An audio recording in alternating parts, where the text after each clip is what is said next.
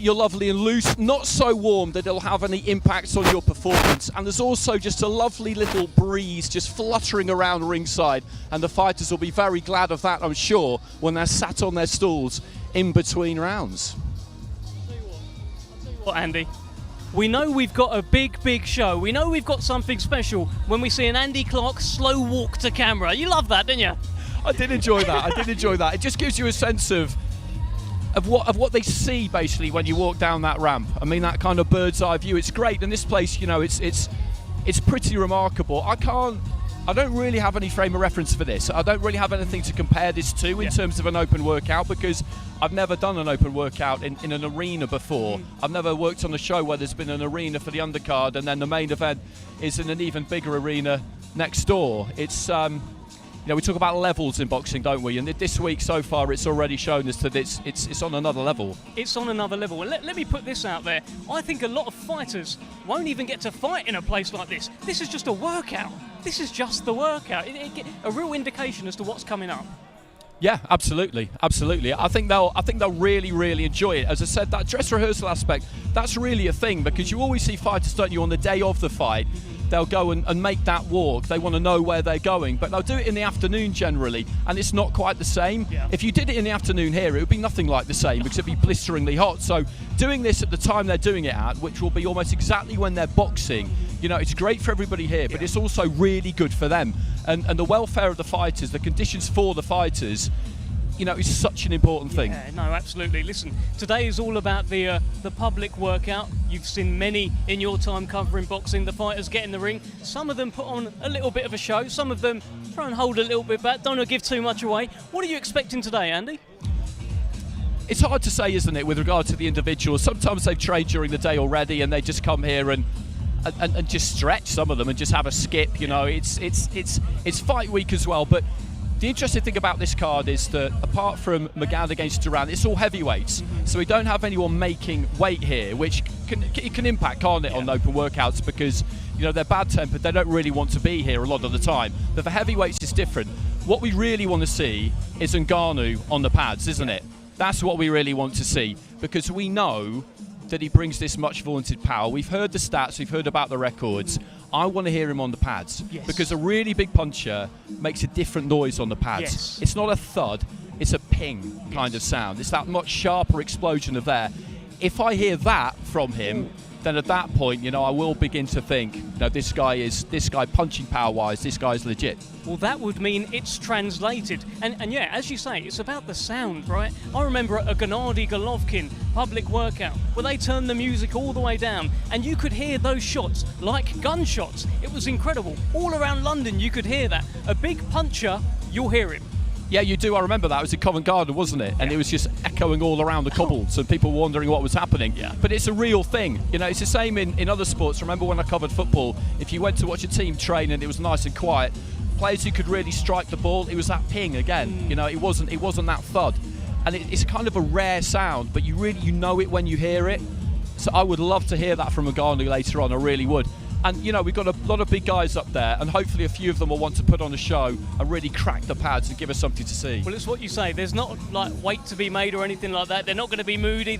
I feel like, with all of this, they are actually going to want to be here. Sometimes you get public workouts in shopping centres, and, you know, fighters are just sort of going through the motions and getting out. With this one, they're going to want to be here. And let me ask you this. Tyson Fury, perhaps the greatest showman of them all right now, not just in boxing, in sports. This is a real stage to put on a bit of a show tonight. What do you reckon? Yeah, very possibly, because that's the environment they're in here, you know, and it does suit people of that inclination, and he definitely is one of them. And I think another thing that plays into this for the fighters is that, you know, we're in the hotel with most of the undercard fighters, and it's a lovely hotel, but it's burning hot during the day. So there's no real percentage of going outside, particularly not if you're fighting at the weekend. You need to keep yourself to yourself. You need to stay indoors. And sometimes fighters can get a bit of cabin fever doing that. Yeah. So being allowed out, you know, into the open air tonight, into the arena they're going to box in on Saturday, you know, they may well fancy just going for it a little bit more than they normally do. How have you found your time in Riyadh so far? I mean, it feels like to me, upon landing here, it's been glorious. We're starting Riyadh season with this brilliant event. How have you found your time so far? Yeah, I've enjoyed it. I've enjoyed it every time I've come here. I've been here a couple of times before for the first Joshua fight against Ruiz, and then in February for Jake Paul, Tommy Fury. Usyk AJ was in Jeddah, of course, last August. But yeah, I've enjoyed it every time that I've come. The setup is absolutely extraordinary. The organisation is tremendous. It can take a bit longer to get places than you bargained for at times, but trust me, I would not want to be the one doing the driving. It's got everything here that you could possibly need. The investment in this, the ambition behind it, the scale of it, the kind of infrastructure of it, the whole thing. You can see that this is something that they really want to make a statement with. Yeah, absolutely. And look, they're clearly invested in boxing. They're clearly interested in our sport. Great news for us. There's already talk about, of course, Tyson Fury against Alexander Usyk. Francis Ngannou isn't going to want to hear that talk, but that is happening, and it's happening because of these guys. So it feels like big time boxing. You may be seeing a lot more of it here in Saudi Arabia. Yes, and we've been talking about that for a while now, but it's all about momentum, isn't it? You need to build that momentum, and the fights have been few and far between up until this point, but with this happening at the end of October, if December the 23rd comes off in the way we expect it to, which does need a Tyson Fury win, we know that's 8-9 weeks later. To do two events like that in such close proximity, that just gets the ball really rolling. It would finish the year in a brilliant way for our sport, because people have been pointing at the heavyweight division. They've been saying, listen, we had Haney Lomachenko, we had Crawford Spence, we've had Inoue, we've had all these fights. Yeah. Well, what are you lads doing? What are you up to? You're slowing us down, because everybody looks at you and they want to see the biggest fight, which is the fight for undisputed at heavyweight. So if we can get that by the end of the year, then that would be a great thing. Well, it seems like all intentions are about that. One of the questions around this fight was what sort of shape Tyson Fury is going to be in. I'm looking forward to seeing what shape he is in, but before that, we're actually going to start the workout now. So many great fighters are going to be in this ring, but we're going to start off with a great MC, the one and only Thomas Treiber.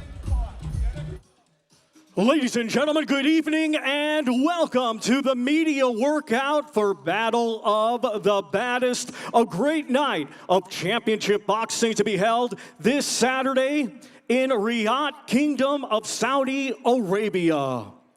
We would first like to extend a big thank you to His Royal Highness, the Crown Prince Mohammed bin Salman, and His Excellency, Chairman of the General Entertainment Authority of the Kingdom of Saudi Arabia, Turkey Al Sheikh. Well, ladies and gentlemen, this great event is all being brought to you by Sella, Frank Warren on behalf of Queensberry, and Bob Arams, Top Rank Incorporated, and Gimmick. This great event will be televised live in the UK on TNT Sports Box Office, in the United States on ESPN Plus pay-per-view, and around the world in other territories on DAZN. We get things started. We first welcome to the ring, competing this Saturday night in a scheduled 8-round international super welterweight contest. He is fighting out of Miami, Florida, USA, and brings a professional record consisting of 12 wins, 3 defeats. 9 of his 12 wins come by way of knockout. Here is Roberto Duran Jr. Well, here comes Robert Duran Jr. soaking in every single moment there, Andy. A little bit of shadow boxing on top. Listen, he's got all that weight, all that pressure of the surname that he's got of the great legendary father of his, Roberto Duran. He looks like a guy who's used to pressure.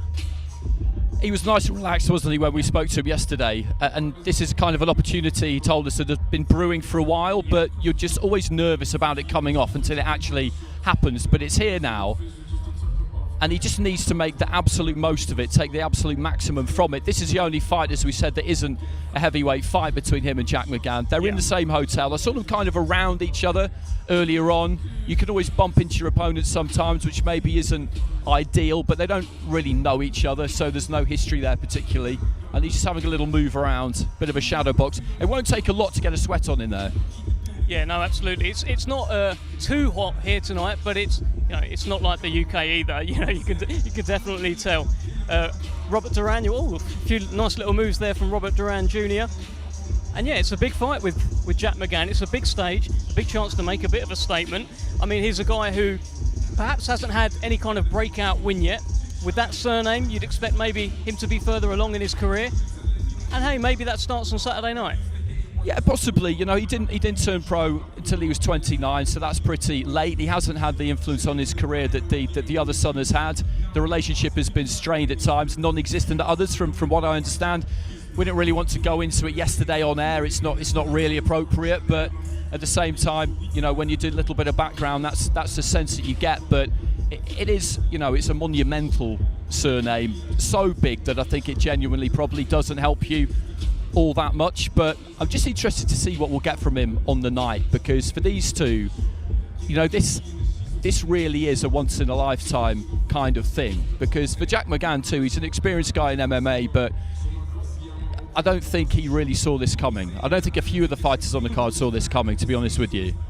No. I do feel sorry for these two in the hotel though, because we have this lovely buffet which is open about 12 hours a day, don't we? And they're the only ones who can't really get stuck into it. I was stood next to Jack McGann yesterday, actually last night when we got back at the buffet, and I was just piling my plate high and he's kind of picking through it. I did kind of, I toyed with the idea of mentioning it to him, but I thought, you know, let's not go there. I would leave that one. No, you're absolutely right. I've seen the heavyweights at that same buffet, and they are not holding back. I've seen Arslan back Makhmudov. I've seen several plates. These guys can eat, but these guys that you're looking at, unfortunately, cannot. Roberto Duran in the ring at the moment takes on Jack McGann on Saturday night as part of this huge event here in Riyadh to kick off Riyadh season, the Battle of the Baddest.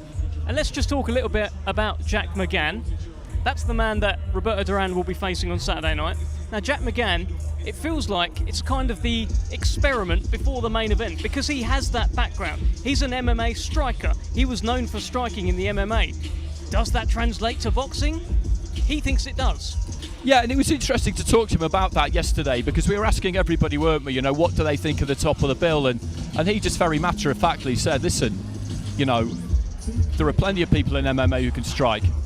I'm one of them, and we'll see. You know, quite often fighters who come from MMA or kickboxing, they can punch. They stand up quite straight a lot of the time, which can be a little bit of a drawback, but they can punch. He's used to occasions. No one's really used to anything like this, but he's used to occasions. And I was interested to see Martin Murray arrive at the hotel today as well, who's clearly part of the team there. And he's somebody who boxed at the very highest level, boxed in some unusual places himself.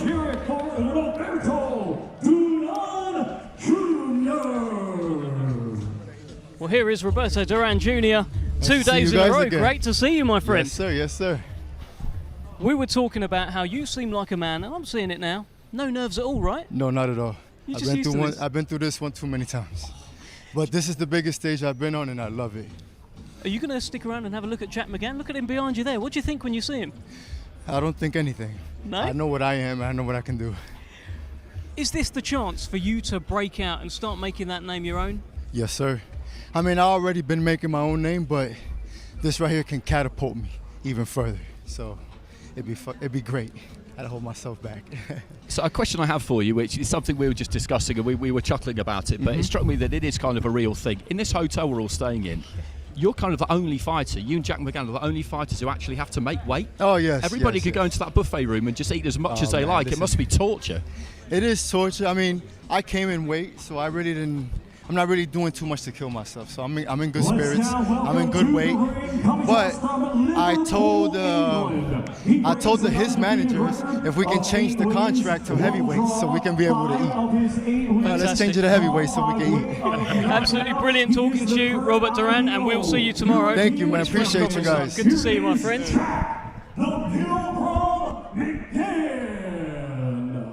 What a lovely chap Robert Duran Jr. is, huh? Yeah, absolutely. Nice and relaxed, isn't he? He's genuinely just buzzing, isn't he? Yeah. You can see it. There's no fear there. There's no apprehension. We talked about this yesterday. During fight week sometimes, when you've got fighters who aren't used to stuff like this, you can see them shrink from it. Yeah. And it's easy to identify the difference between kind of good nerves and prohibitive nerves. And he doesn't have any nerves. It's obvious. What about the Pilgrim here? Jack McGann, fight number 10 for the man they call the Pilgrim. I think around here somewhere you'll see his trainer Martin Murray as well. What a fighter he was. Yeah, tremendous. Very unlucky not to win a world title. I think he had 5 cracks at it in the end, but when you run into, you know, the likes of Sergio Martinez in Argentina, unlucky that night, Gennady Golovkin, you know, he went in deep, and I've got all the respect in the world for that. Yeah, it's nice when you see a fighter transition from, you know, they don't leave the sport completely, so it's quite good. We've got Martin Murray as part of all of this. Some fighters leave the sport, they got nothing to do, so he's now a trainer. Yeah, it's great to see them just invest that knowledge back into the sport, because they've got so much to give. Martin Murray's autobiography, by the way, is an enormously entertaining read. Okay. It really is. You know, he has quite lived a life. Well, I'm sure he's imparting some of that wisdom to Jack McGann, who we're looking at in the ring, his young charge. In action, chance, opportunity of a lifetime on Saturday night. And he believes he is the man, well, one of the men, I guess, to kind of dispel this myth that MMA strikers can't punch in boxing. He thinks he can. In the MMA world, Andy, he knocked out 10 people in a row in the first round via punches. Yeah, and those statistics, those records, they speak for themselves. You know, it's when you're heavily involved in one sport, you could get your blinkers on sometimes and find it difficult to really look outside the parameters of your own sport and be sceptical of the merits of others. I've been guilty of that in the past when it comes to boxing and MMA. I definitely have been. But you look at the different kind of training methods that all sports now borrow from each other. There's a lot more swapping around going on, isn't there, basically? And I don't think that any professional boxer dismisses the ability of an MMA fighter to punch, because you can't dismiss anyone's ability to punch, because the simple fact of the matter is, if somebody's capable of throwing a reasonable shot and they've got a certain level of athleticism, if they hit you with one you don't see, they will turn your lights out. That's just a fact. You ask anyone that, trainer, fighter, anyone, they will all tell you the same thing, that anyone can go if you get hit right and you're not braced for it. Well, listen, that is something that Tyson Fury has been basically saying all week. He's been saying, I could go down the pub, have a fight with someone, they could land it, so why can't a killer like Francis Ngannou? But let's bring in the Pilgrim himself, Mr. Jack McGann. Great to see you again, Jack. How are you? Yes, I'm very good. Good. Tell me why you chose boxing. Because you're in MMA, you're doing very well. We were talking about it. 10 first-round knockouts in a row. You can clearly punch a bit over there. Why are you over here? Opportunity, risk, something new, a fresher breath there. The plan originally was to switch over and jump between the two, but COVID sort of got in the way of that. So, plus at the time, the Mayweather McGregor crossover was big. It just happened. So the time to jump made sense back then. Makes a lot of sense, Andy. Yeah, it does. It makes a lot of sense. How did the relationship with Martin start, Martin Murray? So Martin Murray, I used to, in preparation for my MMA fights, I'd always spar professional boxers, just in boxing. That's how I knew I could jump over. And Martin was one of them people and it was always a scary day when I knew I was sparring Martin. But I always done okay, so I had a great relationship with him. He's one of the nicest people you'll meet, and funnily enough, when I was going to get signed with Frank right at the start of my career, Rob would come watch me spar, and Martin stepped in, and that was the spar that he watched. So we sort of started my career off, and now it's the way the world works. He's full hands on deck with it now as well. Well, listen, your career is now in a place where you are taking on Roberto Duran's son on Saturday night on a grand stage. Yeah. How's this fight going to go, Jack? I think that no matter what way it goes, I'll be too much for Duran, and this is the best I've seen, the best I can be. But I'm also fully aware of the fact the pressure on everybody on this card because of the size of it. You're going to get the best form of every single fighter on the night Saturday, myself included. So all the fights are going to be top fights, but I don't see a way that I don't come out on top. Brilliant. Wonderful speaking to you, Jack McGann. We can't wait for this fight. Can't wait, Andy. Come on, big one. We'll see you tomorrow. Cheers, Marty. All right. Thank you.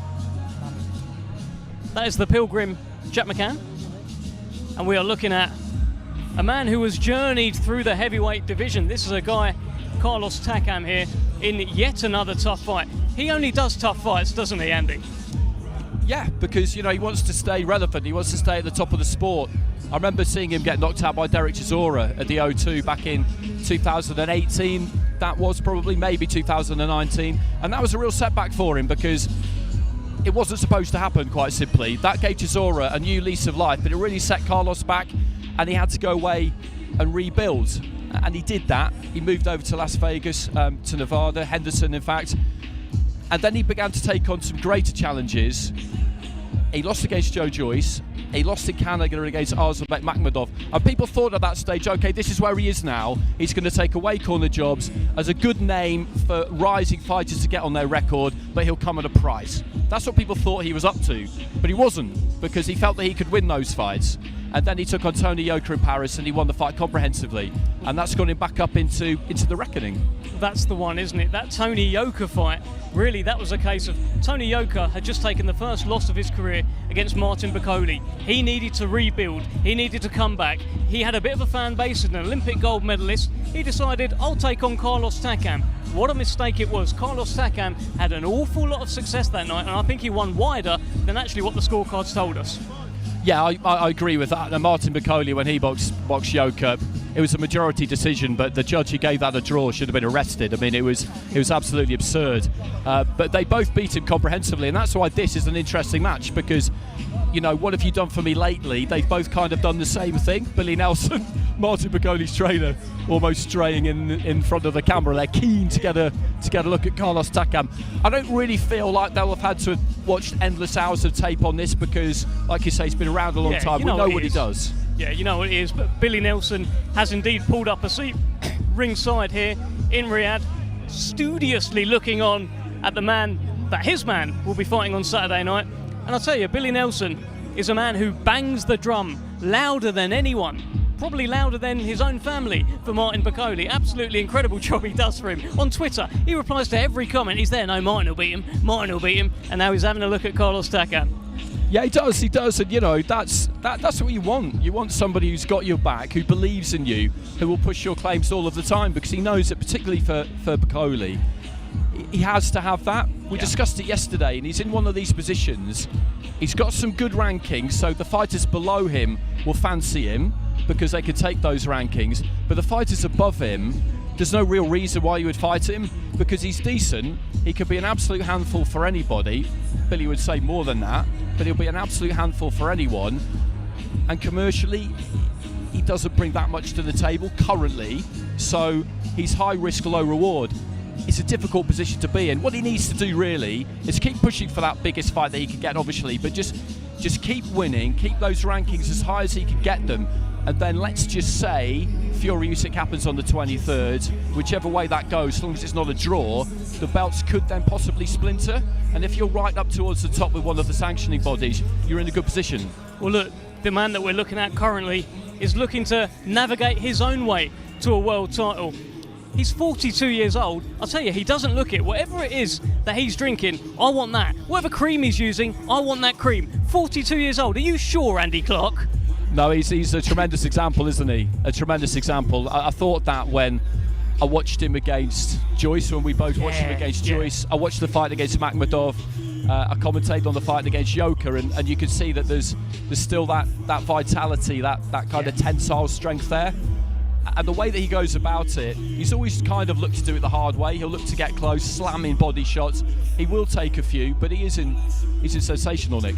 Yeah, absolutely. Look, and fans watching in the UK, of course, will be very familiar with Carlos Takam. They've seen Takam against Anthony Joshua when he challenged for the unified world heavyweight title in a big stadium. They've seen him against Joe Joyce as well. He's lost both of those fights. But I tell you, at the end of both fights, he still wants to carry on fighting, particularly the Anthony Joshua stoppage, where I'm not sure an awful lot landed, and he's going to the ref, hey, what's going on?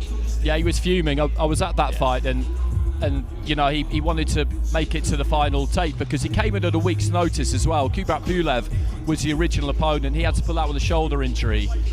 Eddie Hearn and Matchroom wisely had Takam safely stowed away in training just in case something like that happens, because similar to this, a pull out in the main event late on is something you just can't have. You've got to have someone to be able to step in. He stepped in, as I say, he was training, but mentally you've still got to make that switch.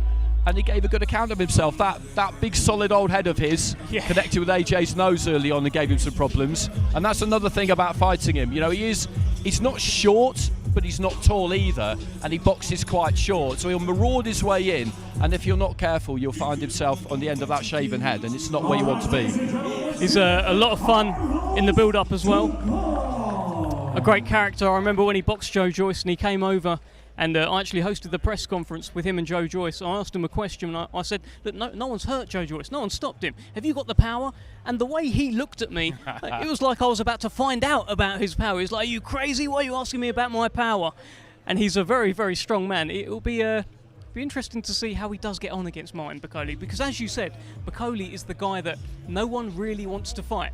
Takam is the guy that fights everyone. Very interesting scrap. It is. Bakole, he's kind of unusual for heavyweight because it's not so much the movement as in he gets in and out or he's up on his toes or anything like that, but he's got enough movement and he stays on top of you and he throws lots of punches and varies the angle. He's got lots of variety with his punches, both in the shots that he delivers. You know, he'll throw jabs, crosses, hooks, uppercuts in bundles, but he varies up the weight of it, so he'll be tapping 1 second and then really sink one in. He's a good fighter. You know, Billy bangs a drum for him, but with good reason, because, you know, he really is, as I said before, he's a handful for anyone. Well, here is the man himself, Carlos Takam. What's up again, man? What's up? Nice How to are meet you, sir? I'm good, bro. I'm good. Thank you. We were just talking about this fight, right? This Martin Bakole fight. Bakole is the guy that no one wants to fight. Really? Takam, well, Takam's the guy that fights everyone, right? Bakole is the one no one wants to fight? Apparently. Who said that? No. Well, he's the kind of fighter where if you're above him in the rankings, what he's found is that no one really wants to fight him because he's kind of high risk, low reward. You know what is the story? I asked that fight. That fight is happening because of me, you know, because like I was speaking with the Francis about to fight in the undercard. He told me like, "What you see you to fight, Carlos?" And then we both say Martin Bakole. Well, look, we're going to bring Martin Bakole onto the screen here very shortly. There is the man that you are fighting on Saturday. What do you think? How does he look to you? He look good. Yes, he look good. He's a powerful guy, good boxing, strong. Yeah, I like him. How are you going to beat him? How am I going to beat him? I have more experience. I have more experience than him. I think I'm going to use my experience to beat him. Big fight. I mean, what do you feel that he does well? What do you feel that Martin does well as a fighter? I think yes, the guy. I watch him fight. I watch 2 of his fight. He have a good left hook. You know, that's why he do well. Because when I see the fight he do with Yoka and the fight he make with how they call the American fighter. Shit, I forget the name. Which one? The guy he fight the American fight, the American heavyweight. We're all stumped. We're absolutely stumped. Carlos Takam is really testing the knowledge of Andy Clark and myself here. I can't hear what he's saying either, Andy, but we're all looking at Martin Bakole. Carlos, we're actually going to keep you here for just a moment, and you can watch Martin Bakole, and you can tell us what you're thinking. Give us the Carlos Takam commentary. What's going on here? Okay, let's do it. Let's do it. Yeah. Well, he's coming with his gloves on for a start, which, you know, you're the first fighter to have got your gloves on to do some punching. Uh-huh. You two, the first two. Did you see that? Jumped over the top rope. Can you do that, Carlos? It's easy. It's easy. Yeah, I can do that. I can do that easy.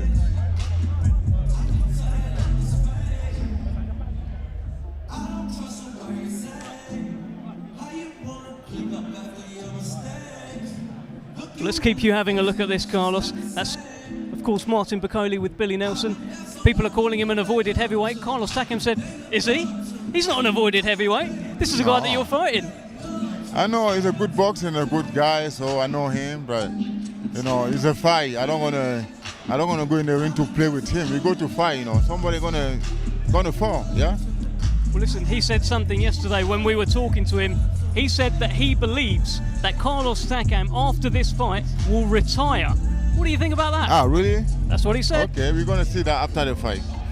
We're going to see that. We were saying earlier on, Carlos, that, you know, you're in fantastic physical condition. Yeah. Is there any particular secret to that? Is it just living the boxing life for an extended period of time? Because you've really looked after yourself. Yeah, you know, he's how can I say? You know, he's a strong guy. I know he gonna use your power to try to push me. You know, to push me in the ring. But I already know how it's working because I watched many of the video of him, so I already know what he's gonna do. I'm prepared for that. Yeah.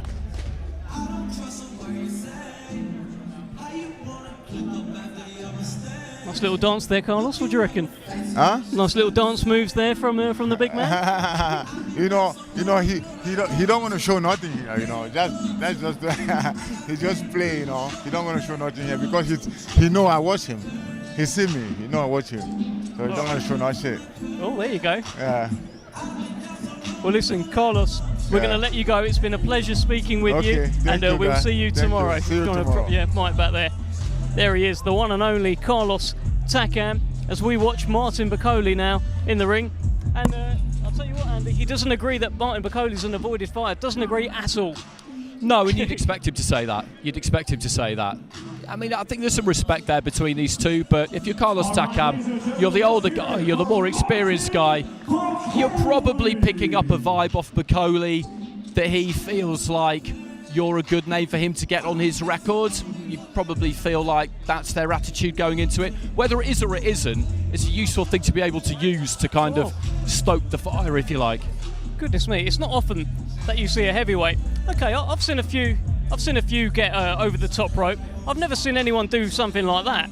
Kicked up his legs like that. Martin Bakole. Can he hold a microphone with gloves on, though? That's the big question. That's true. Can you hold the microphone? Can you do it? Oh, you can. What a talented heavyweight we've got here. Big man, Martin Bakole. We saw you do a little dance in there. We saw you jump up, kick the legs up. You're really happy tonight. You're feeling yourself. Ready to go. I think like this is a day fight. I was in the mood like I'm fighting today. Especially I saw my opponent here. So ready to go. I can't wait. He was watching as well. Were you trying to put on a little bit of a show for him? Show him what you can do? He knows. He knows. And he watched Tony Yoka's fight. He knows Martin Bakole. He knows himself. He knows he got big trouble on Saturday night.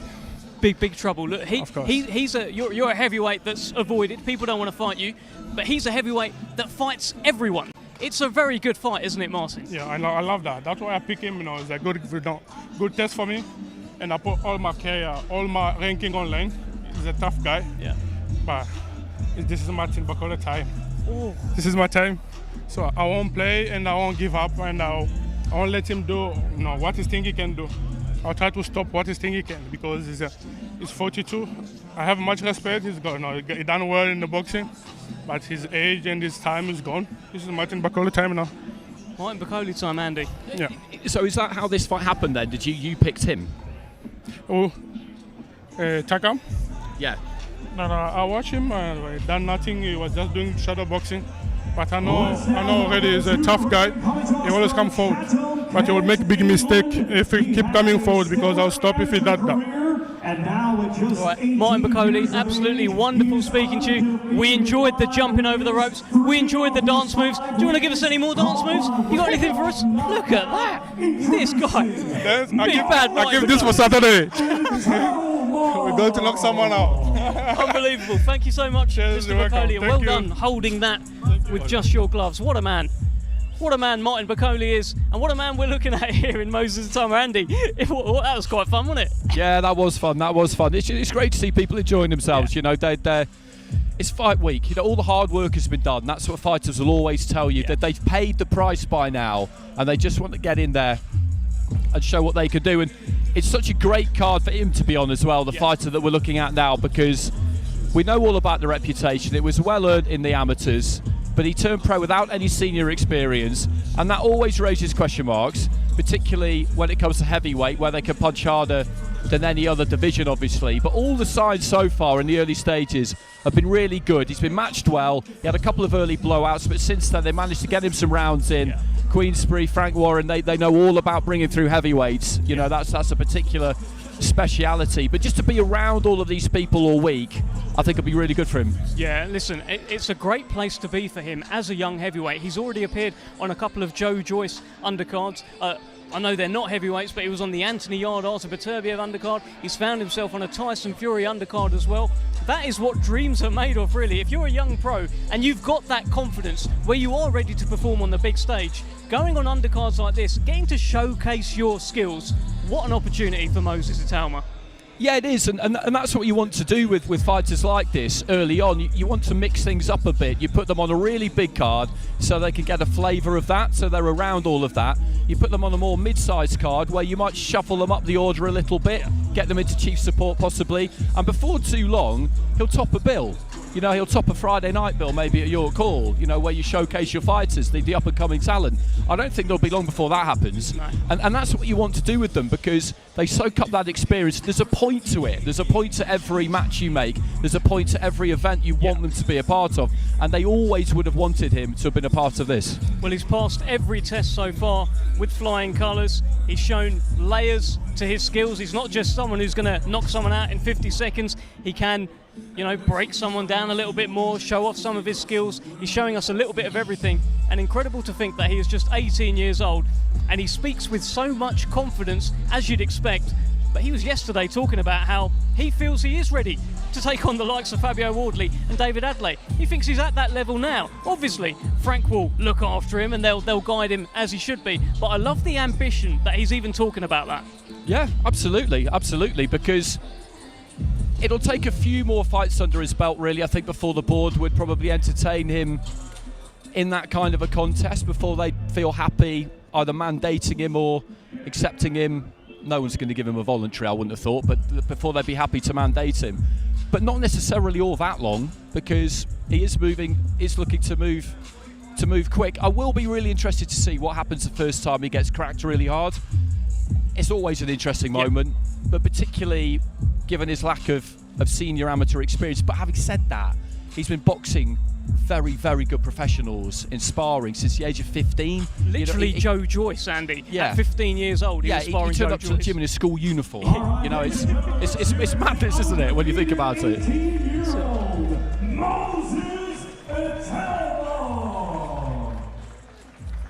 Well, here comes Moses Itauma. Let's have a chat, Moses. How you feeling, big man? What's going on? What is going on? It's hot, man. It's hot. It is hot, but you're looking good. You're looking like you're feeling Appreciate yourself. it, man. Appreciate it. Enjoying it out there? Yeah, on the stage. Yeah, all of it.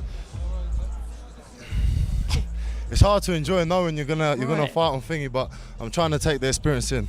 That's the thing, isn't it? It's one of those things where, because if you do take a moment to look around, it is like, wow, because your name popped up and everything. It was pretty amazing. Yeah, no, I didn't even see that, to be fair. A lot of fighters don't even get this for their fights. You get it for your workout. I deserve it, though, 100%. I believe I do deserve it, and I'm not wowed by this because all the work that I've put in, my amateur career speaks for itself, and what I'm trying to achieve, that speaks for itself as well. Like how much confidence I got in myself. So, yeah, man, I'm blessed.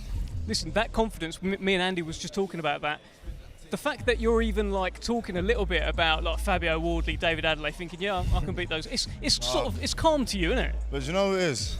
There's one thing, like not believing it, but thinking you got that dog mentality. Yeah. And then there's another thing where you actually believe it, and I do generally believe it.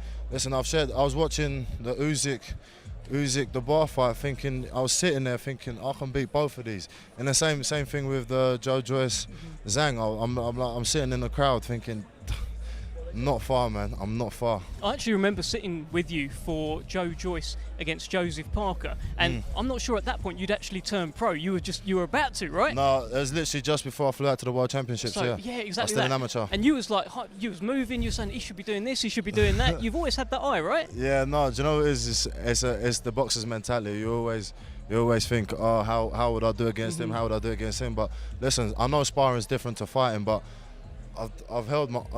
I'm not even saying I've done better. Yeah. With these guys, I'm supposed to be here. The opponent that you've got on Saturday, look, not a lot of people will have heard of him, but if you do your research in the amateurs, he's boxed everyone. You know, he's boxed Tyson Fury a couple of times. I didn't know that, but listen, it's another bod to me. I'll just get in the ring, I'll fight, and then whether I get credit or not, I'm not too bothered. Like, I'm just here to do a job. I'm a man on a mission. Oh, I love it. Moses Hammer, brilliant speaking with Thank you. you very We're going to much, go you too. backstage to Andy, who is with Fabio Wardley. So Fabio, come for a little bit of a wander around backstage before you make your entrance. Yeah, just having a little look around, soaking the atmosphere, soaking everything that's going on. It's interesting. It's interesting. It's something special. It really is. I mean, you can say that again. This is. I mean, we saw the setting yesterday, and this is pretty incredible, isn't it? Yeah, it is. It's not like something I've seen before. I tell you that. It's a privilege to be a part of. Really, it's when you get in, you settle in, you have a look around, and you go, yeah, this is something big. Kind of unusual and useful too to get to do a dress rehearsal, because this is where you'll box on Saturday night, and it'll be around about this time of night too. Yeah, you get to kind of feel out the ring, feel out the weather and stuff, kind of move around, see how you feel on the night. And yeah, it's a bit new. It's not something you've been able to do before in the past and things. So yeah, you've got to take every opportunity you can. You're going to take it easy, or you're going to let a few go in there? I don't know. I always say, yeah, I'll take it easy. And then once I get the gloves on, the pads start flowing, I start losing. My hands start going. They kind of have a mind of their own sometimes. So maybe I might throw a few big ones in there somewhere. Okay, excellent. We'll leave you to it. We'll catch you later on. Okay, let's just have a little bit of a move around. Let's see who we can find. If there are any willing victims I can pounce on to give us their thoughts on the stream. Carol Atama just doing some interviews away to our right-hand side, and I'll just go for a little stroll around the back here. It could be that we're out of luck here. You never know. Francis Warren. Let's catch a word with Francis on the stream. We've just seen Carol, obviously, in the ring going through his paces, and Moses. I beg your pardon, Moses, indeed. And we were just saying on the stream, me and Dev, that I'd imagine you had his name down for this as soon as this event was made, because this is to have him around all of these heavyweights. Yeah. Is I mean, it's gold, isn't it? Yeah, absolutely. I mean, so, you know, we took him out to Poland for Dubar and Usyk, and he definitely got a taste of it there. But he wasn't fighting, and I think he was always going to be earmarked to be on this show, and hopefully any future ones. In terms of his progression, he had those 2 early finishes. Since then, you've managed to get some rounds in for him, which isn't the easiest thing to manage to achieve, but that's just as important at this stage, isn't it? I think I'm quite proud of the matchmaking so far. I think Steve and I have done a really terrific job. If I do say so myself, like I said, like you just said, he got the first 2 fights out of the way. He coped with the pressure very well, and I just thought, we don't need 6 first-round stoppages, and to get 12 rounds in the bank, plus the stoppages at this stage, I think it's very important. Terrific finish last time out to set himself up nicely for this, and I'm hoping for another spectacular knockout, to be honest, on Saturday, on such a big occasion. Aren't we all? Thanks for your time. Cheers, mate. We'll speak to you again later in the week, I'm sure. Okay, let's get our next fighter in the ring. Back over to Thomas Tribo. Our next fighter to the ring, competing this Saturday night in a 10-round contest, and it will be for the NABF and vacant WBA Intercontinental Heavyweight Championships. We first welcome to the ring, he is a defending champion, a native of Russia, now fighting out of Montreal, Quebec, Canada. He is undefeated with 17 wins. 16 of his 17 wins come by way of knockout. Here is the reigning and defending NABF heavyweight champion, Arslanbek, the Lion Makhmudov. Here comes the man that they call the Lion. And I have to say, even now, I know I mentioned it yesterday, Andy, this is one of the most terrifying men I've ever seen in my whole life. They say he's like 6'5" on BoxRec. To me, he looks about 7'5". He's an absolute monster. He is a fearsome looking chap, I have to say that. But when we spoke to him yesterday, he was nice and calm, nice and measured, quite softly spoken actually. The only time we really saw his hackles rise was when he talked about Tyson Fury, didn't he? Yes. He said that Fury said at some point that he doesn't know who he is, why would I want to fight him? And he found that disrespectful. He didn't like it. He's got a strong team around him, hasn't he? You've got Mark Ramsey, the trainer there, working with Eye the Tiger. Russ Amber's here with him and Simon Keane as well. And often you look at the people around a fighter, when that caliber of operator believes in a fighter, then it says a lot. Absolutely, and look, that's another big, giant heavyweight that has, of course, gone over the top rope, just like Martin Bakole did. But I've got to give Bakole this. I think Bakole did it a little bit better. There was a little bit of athleticism with the way Bakole did it. This guy didn't quite look the same. Still got, I couldn't do it. No, but I love stuff like that. You know, that's the fascination of these big men. Yes. And when you're close to the ring like we are now, and when you're close to the ring on fight night, and you see the sheer size of them, the sheer scale of two heavyweights facing off, it's like nothing else you will ever see in any sport, because they seem impossibly big, don't they? They operate in the same ring as everybody else, but they just seem absurdly big. And then when they start throwing their hands, if one of them gets hurt and one of them goes down, we saw it with Zhilei Zhang and Joe Joyce, just the best possible example. 220 stoners. You watch one of them get hit clean and go down, and it is like watching like an old Vegas casino getting detonated. It kind of everything hangs in the air for a second, but you know what's coming. And it just reminds you, if you ever need reminding, of just what a business this is, because the weight that they can punch with and the damage they can do is breathtaking. No, absolutely, and you can see, of course, trainer Mark Ramsey close by as well. To me, he gives me a few nightmares, because it takes me back to Artur Beterbiev coming over to the UK against Anthony Yarde, and the week that I had with Beterbiev of one-word answers and cold press conferences. I think with Makhmudov, there's a little bit of that coldness as well. A little bit, but like I say yesterday, it kind of took me by surprise a little bit. Well, I think, Andy, do you know what, Andy? I reckon you can go and grab a quick chat with Mark Ramsey. Go on, we're going to send Andy out there. As Mark Ramsey watches on his charge, Arslanbek Makhmudov.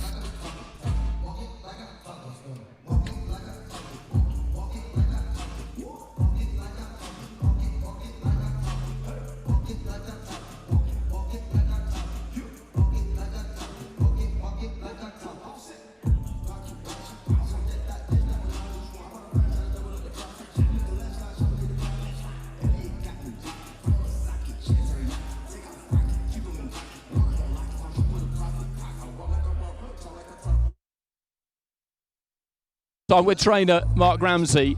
So tell us about Arslanbek Makhmudov, Mark. What kind of a fighter is he? Of course, you can see he's a big boy, very strong, physically very strong. He's a good fighter. He have a very good amateur background also. Competitive guy, big punch, and I think people underestimate his technique. He's also a very good boxer. How high do you think he could go in this sport? What do you think he could achieve? But he's already very high in terms of ranking. Now we have to fight better opponent and make sure that he's going to reach that level, but we believe in him. We believe he's going to be a world champion one day. Okay, thanks very much. I won't keep you any longer. I know you need to watch your man and keep your eye on him in there.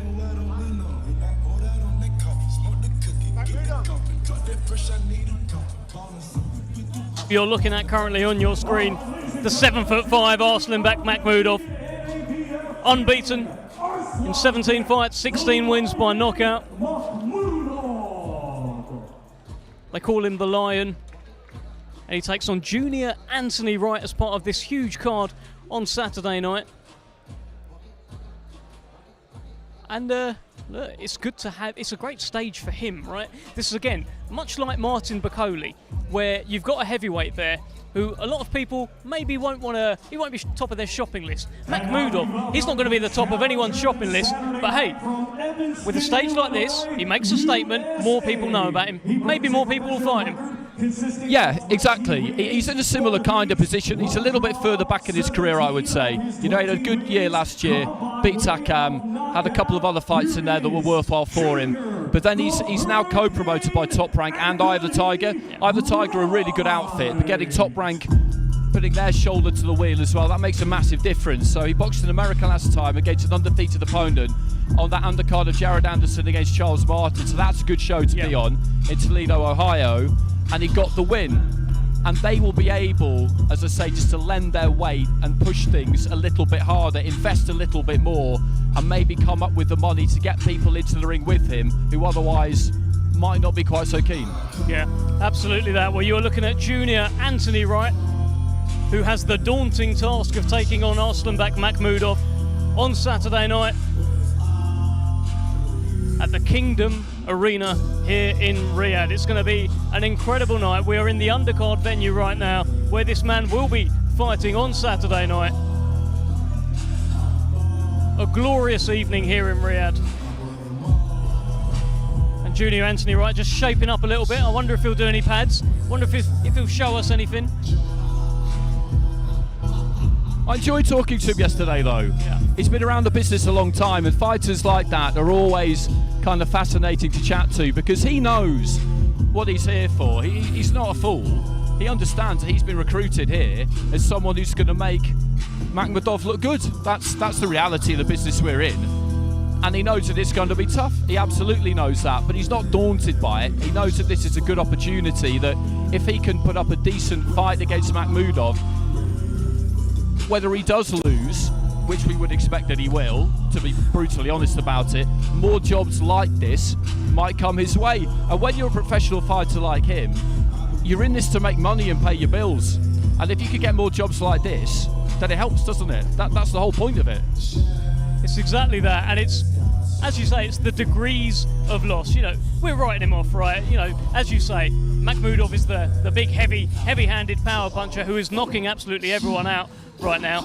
But if Junior Anthony Wright, I don't know, extends him into the late rounds, maybe lands something that he shouldn't have, he then makes a bit of a name for himself. Someone else has a look at him and thinks, well, let me see if I can do better than Makhmudov did. Yeah, exactly. And that's how you have to look at it if you're him. You know, you want to put yourself in that bracket of credible opponent who will get the call from a serious outfit to box on a good night and pick up a good paycheck. You know, that's what he'll be hoping he can provide. He got to a good level as a cruiserweight. That's where he did his best work. Got to the world title level, boxed Babet Shumanov for his WBA title. Went to Russia and boxed a good fighter, Rakhim Chekiev. You know, so he's been up there. He's travelled as well. So, you know, he's been around the block, and he's got that kind of demeanour about him of somebody who knows what he's here for. He knows why he's been recruited, but he also knows that if he can just, as you say, land a few, give Makhmudov something to think about, then it could lead to further opportunities. All right, ladies and gentlemen, here for Junior, the Hurricane Anthony Wright. Well, just a reminder why we are here today. It is the open public workout for the Battle of the Baddest. This Saturday night, we will find out who the baddest man on the planet is. Is it Tyson Fury? Is it Francis Ngannou? Hey, it might even be Junior Anthony Wright, as you've just seen popped up into shot.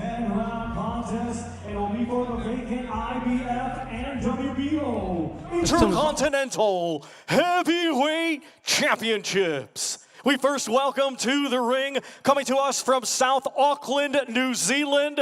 His professional record, 32 wins, 3 defeats. 22 of his 32 wins come by way of knockout. Here is the former WBO World Champion, Joseph Parker.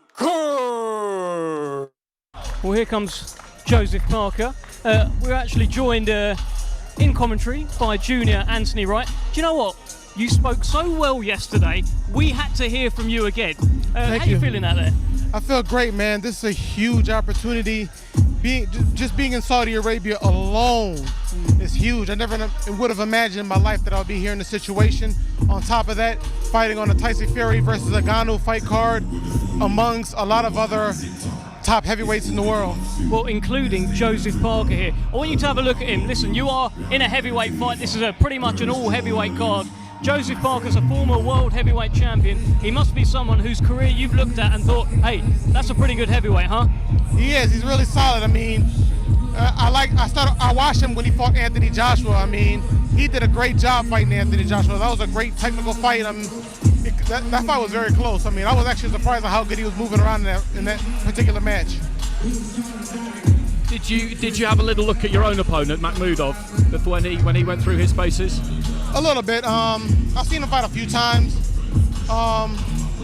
You know, real powerful guy, real tough, determined, straightforward guy. So to answer your question, I looked at him a little bit. Sometimes I do things instinctive, so I don't really get into too much because what you see is not what you're always going to get. That can change over time. What was fun about talking to you yesterday is that you're an experienced guy. You know, you reached a really good level at cruiserweight. You're up at heavyweight now, but you've been around the block a few times. You know how this business works, and you look at this card, and you look at these matchups, and you know what the plan is for each of them, don't you? You know how they're trying to move people's careers. Yeah, I mean, I was actually offered a fights with a couple of these guys on this card, but they didn't know exactly when the date was going to be. And I was game, I was up for it, so I always stay in the gym. But to answer your question, out of all of them, I think obviously Parker is probably the sharpest.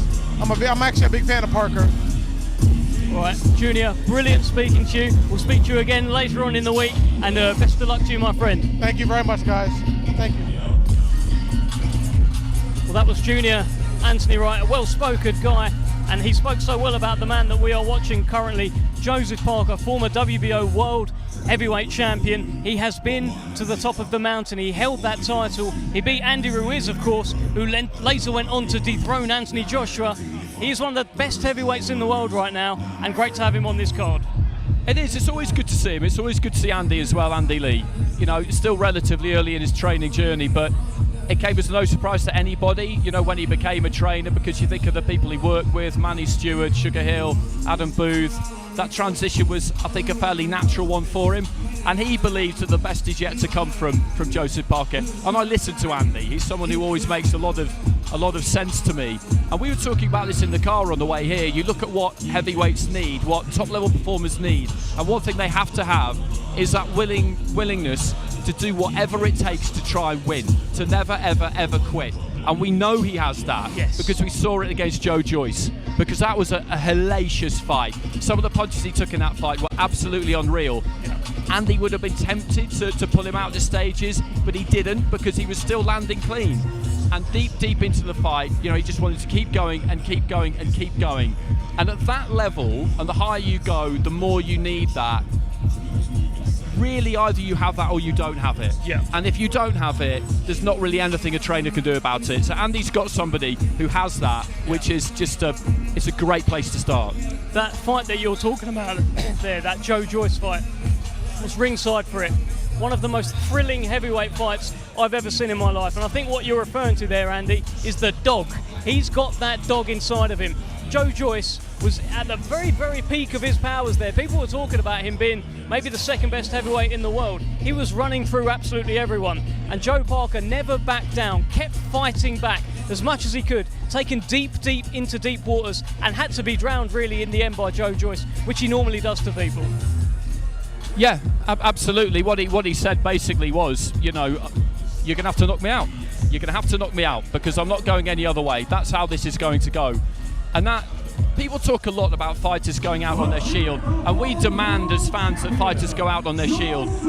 It's a really easy thing to say, but for somebody to actually be prepared to do it, in heavyweight boxing particularly, is an altogether different matter. Yeah, absolutely. Well, we're going to have a quick chat with Joseph Parker and Andy Lee, both going to come in. Oh, let's test the skills here. Joseph Parker, hello. We had Martin Bacoli earlier. He had his gloves on, and we needed to see if he could hold the mic, and he did very well. Can you? Ready, Andy? Not bad. Not bad. Gentlemen, Andy, where's the suit? Oh, it's back in the dry cleaners. How are we feeling, Joe? I mean, this is look at this. Some people don't even get this for their fights. This is I said it yesterday. Amazing, sensational work that they've done to put this together, and I feel great. There's a nice little shakeout of Andy in there, feeling sharp and ready to go. You look in tremendous shape, by the way. It seems ever since the Joe Joyce fight, the fights that I've seen you in since that, your shape keeps getting better and better and better. Well, listen, it shows that we're putting in the work. We're grinding away, and we're not really, showing a lot of things, but we're going to show it on Saturday night. Me and Andy were having a chat about the Joe Joyce fight, about a fight where you had to show that you had dog in you. And Andy, it must be great for you to work with a fighter that you know he can go into deep water and he's got that dog in him. Joe can go to the trenches. He's been there, and at this stage in his career, he doesn't have to prove his toughness anymore. He doesn't have to prove he's hard. He's done all that. So for him now, it's about perfecting, without training, it's about perfecting his technique, getting his sharpness in sparring, not having hard spars and hard work all the time, because he's done all that. That's past it now. I think he's in great form. And this is an amazing experience to be here in Saudi. Just the treatment we've had the last few days, it's been phenomenal, like nothing else. Andy's had a great time too. I know you feel that the best is yet to come as well. It's been a great journey. We're just saying backstage there, like the place it's taken us and the experiences we've had, but unless we win the world title at the end of it, it will be always tinged with sadness. So that's the next thing we have to do now. We're fighting Simon Keane. It's a ranking fight with 2 titles on the line. We'll put Joe in a great position. And once this undisputed happens, the belts come fragmented again. Joe is right there in a great position. Fight for the title, win the title, and retire, sail off into the sunset, and become my assistant coach. Well, listen, before you sail off, let's have a little look at Simon Keane. You can see him on the screen there. What do you reckon? Listen, he's a big guy. He's come prepared, he's come ready. We've watched a lot of his fights, and we can see the good things he's done and also the things that we can work on to get him out of there. So, listen, he's confident and ready, and it's time to work. He's a very serious guy. We had a brief chat with him yesterday. He didn't say an awful lot. I think he's just here for all business. Does that worry you at all when you've got a fighter who's just like... Listen, whatever experience he has, he's going to use, but I don't think he's been on a massive stage before. So this tenseness and this nervousness might be something that's getting to him, and we're going to find out soon. Well, I guess, Andy, that's what it's about. Some fighters, they can deal with a big stage. They can deal with the lights. Joe Parker's one of them. I guess we don't know if Simon Keane is yet. No, that's true, because he's fought in a stadium in front of 80,000 people. He's been right at the very top of the sport, and that kind of experience is something that you can't buy. Simon Keane does seem like quite an intense individual, so I will be quite interested to see what he's like on the night, because as we go through fight week, Andy, when you see someone for the first time, it is interesting, isn't it, just to see how they are, because their demeanour can change day by day. Yeah, and under the bright lights, it does a different, not just him, but his coaches, their experience at this level, it's a test for him and his whole team. He looks good moving around. I can see a lot of breaks in his footwork, which I've seen in his fight footage, but he looks good moving around. Big guy, athletic guy. Not really showing too much, is he? No, he's keeping his powder dry, isn't he? Can you take anything from this, Joe? Can you take anything from what you're... Oh, really? It's going to be... You know what I thought there? Like, we were in a holding room last night before the grand arrivals. All the heavyweights here, all the undercard heavyweights, Bakoli, Takam, Aituma, all of them, the big Russian. Everyone was in great form, everyone was having the crack. He walked in with a mean face on him, eyeballing everybody, and it showed their inexperience to me. It just shows But inexperience. not to say he's not ready, but that's what I thought. Nerves. Maybe nerves. We'll soon find out, though. So you had a good crack with everyone last night. You met His Excellency as well, had a lovely dinner. Tell us about that. Oh, listen, it was a great experience to be in there. Was it a castle that we went to? I think it's a farm, but it could have been it was as good as a castle. It was beautiful, and the food was delicious, and he just welcomed us all to stay and have fun and relax. And we had a great time. And we left and went and rested, and now we're here today. Brilliant speaking to you, Joe Parker. Brilliant speaking Thank to you, you, Andy Lee. Thank you, Andy. We'll see you again in the week. Thank you so much. Andy Lee, you're a pro. You know where that goes. You know where that goes. Oh, come on. There we go. Done. Andy Lee, Joe Parker. What? They're such a great, fun team. Just two very nice men, likeable guys. Yeah, they are, absolutely, and they've got so much experience between them, and that's really interesting what they said about Simon Keane. Yeah. All I would say is that from what I've seen of Simon, he's totally consistent. He sits in the dining room by himself with a face like thunder. That's him, eating. isn't it? I saw him in the lift today, and again I walked in, and if I didn't know any better, I'd have thought I was in trouble, because the look he gave me was something else. Yeah. But that's just how he is. He's a serious guy. But they're right, it could be indicative of some nerves. It could be, or it could just be how he is all of the time when he's in a fight context. No, you're absolutely right about the demeanour. There has been, it's only just sort of clocked in my head now. When you're in the hotel restaurant, there's always a guy sat at the end, on his own, just focused on his food and what he's doing. It's Simon Keane, isn't it? It's him. It is. and actually, interestingly, when he came down out of the ring there, he kind of made the move towards us, with Joe and Andy there, like he wanted to come and get involved in the conversation. He's going off to perform some other interviews at the moment, but that kind of intensity, in a way I like it, but in a way I do kind of worry about it a little bit, because I don't know how sustainable that is, because it does take emotional energy, even if that's how you are all of the time. And this sport is so intense anyway, there has to be some kind of period for relaxation. You have to be able to switch off. I'm not saying he can't do that, I don't know him well enough, but at the same time, that level to be kind of like up here with it all the time. It's I don't know. It can be mentally exhausting. We've seen fighters have that kind of thing and then maybe just crumble. And Andy, I understand. Look, I can see loads of faces around. Go and get amongst it. Go and talk to some of these faces. Go on, Andy. Go on. Go do your thing, Mr. Okay, so I'm just patrolling around to the left-hand side of ringside. Just looking over towards the back. Maybe there's a couple of people I could pick off towards the rear of the assembled throng. It's busy enough around here, certainly, but a couple of people I had my eye on a couple of minutes ago just seem to have disappeared. Oh, actually, there's one gentleman who I think I could probably look to for a chat. Mr. Higgins.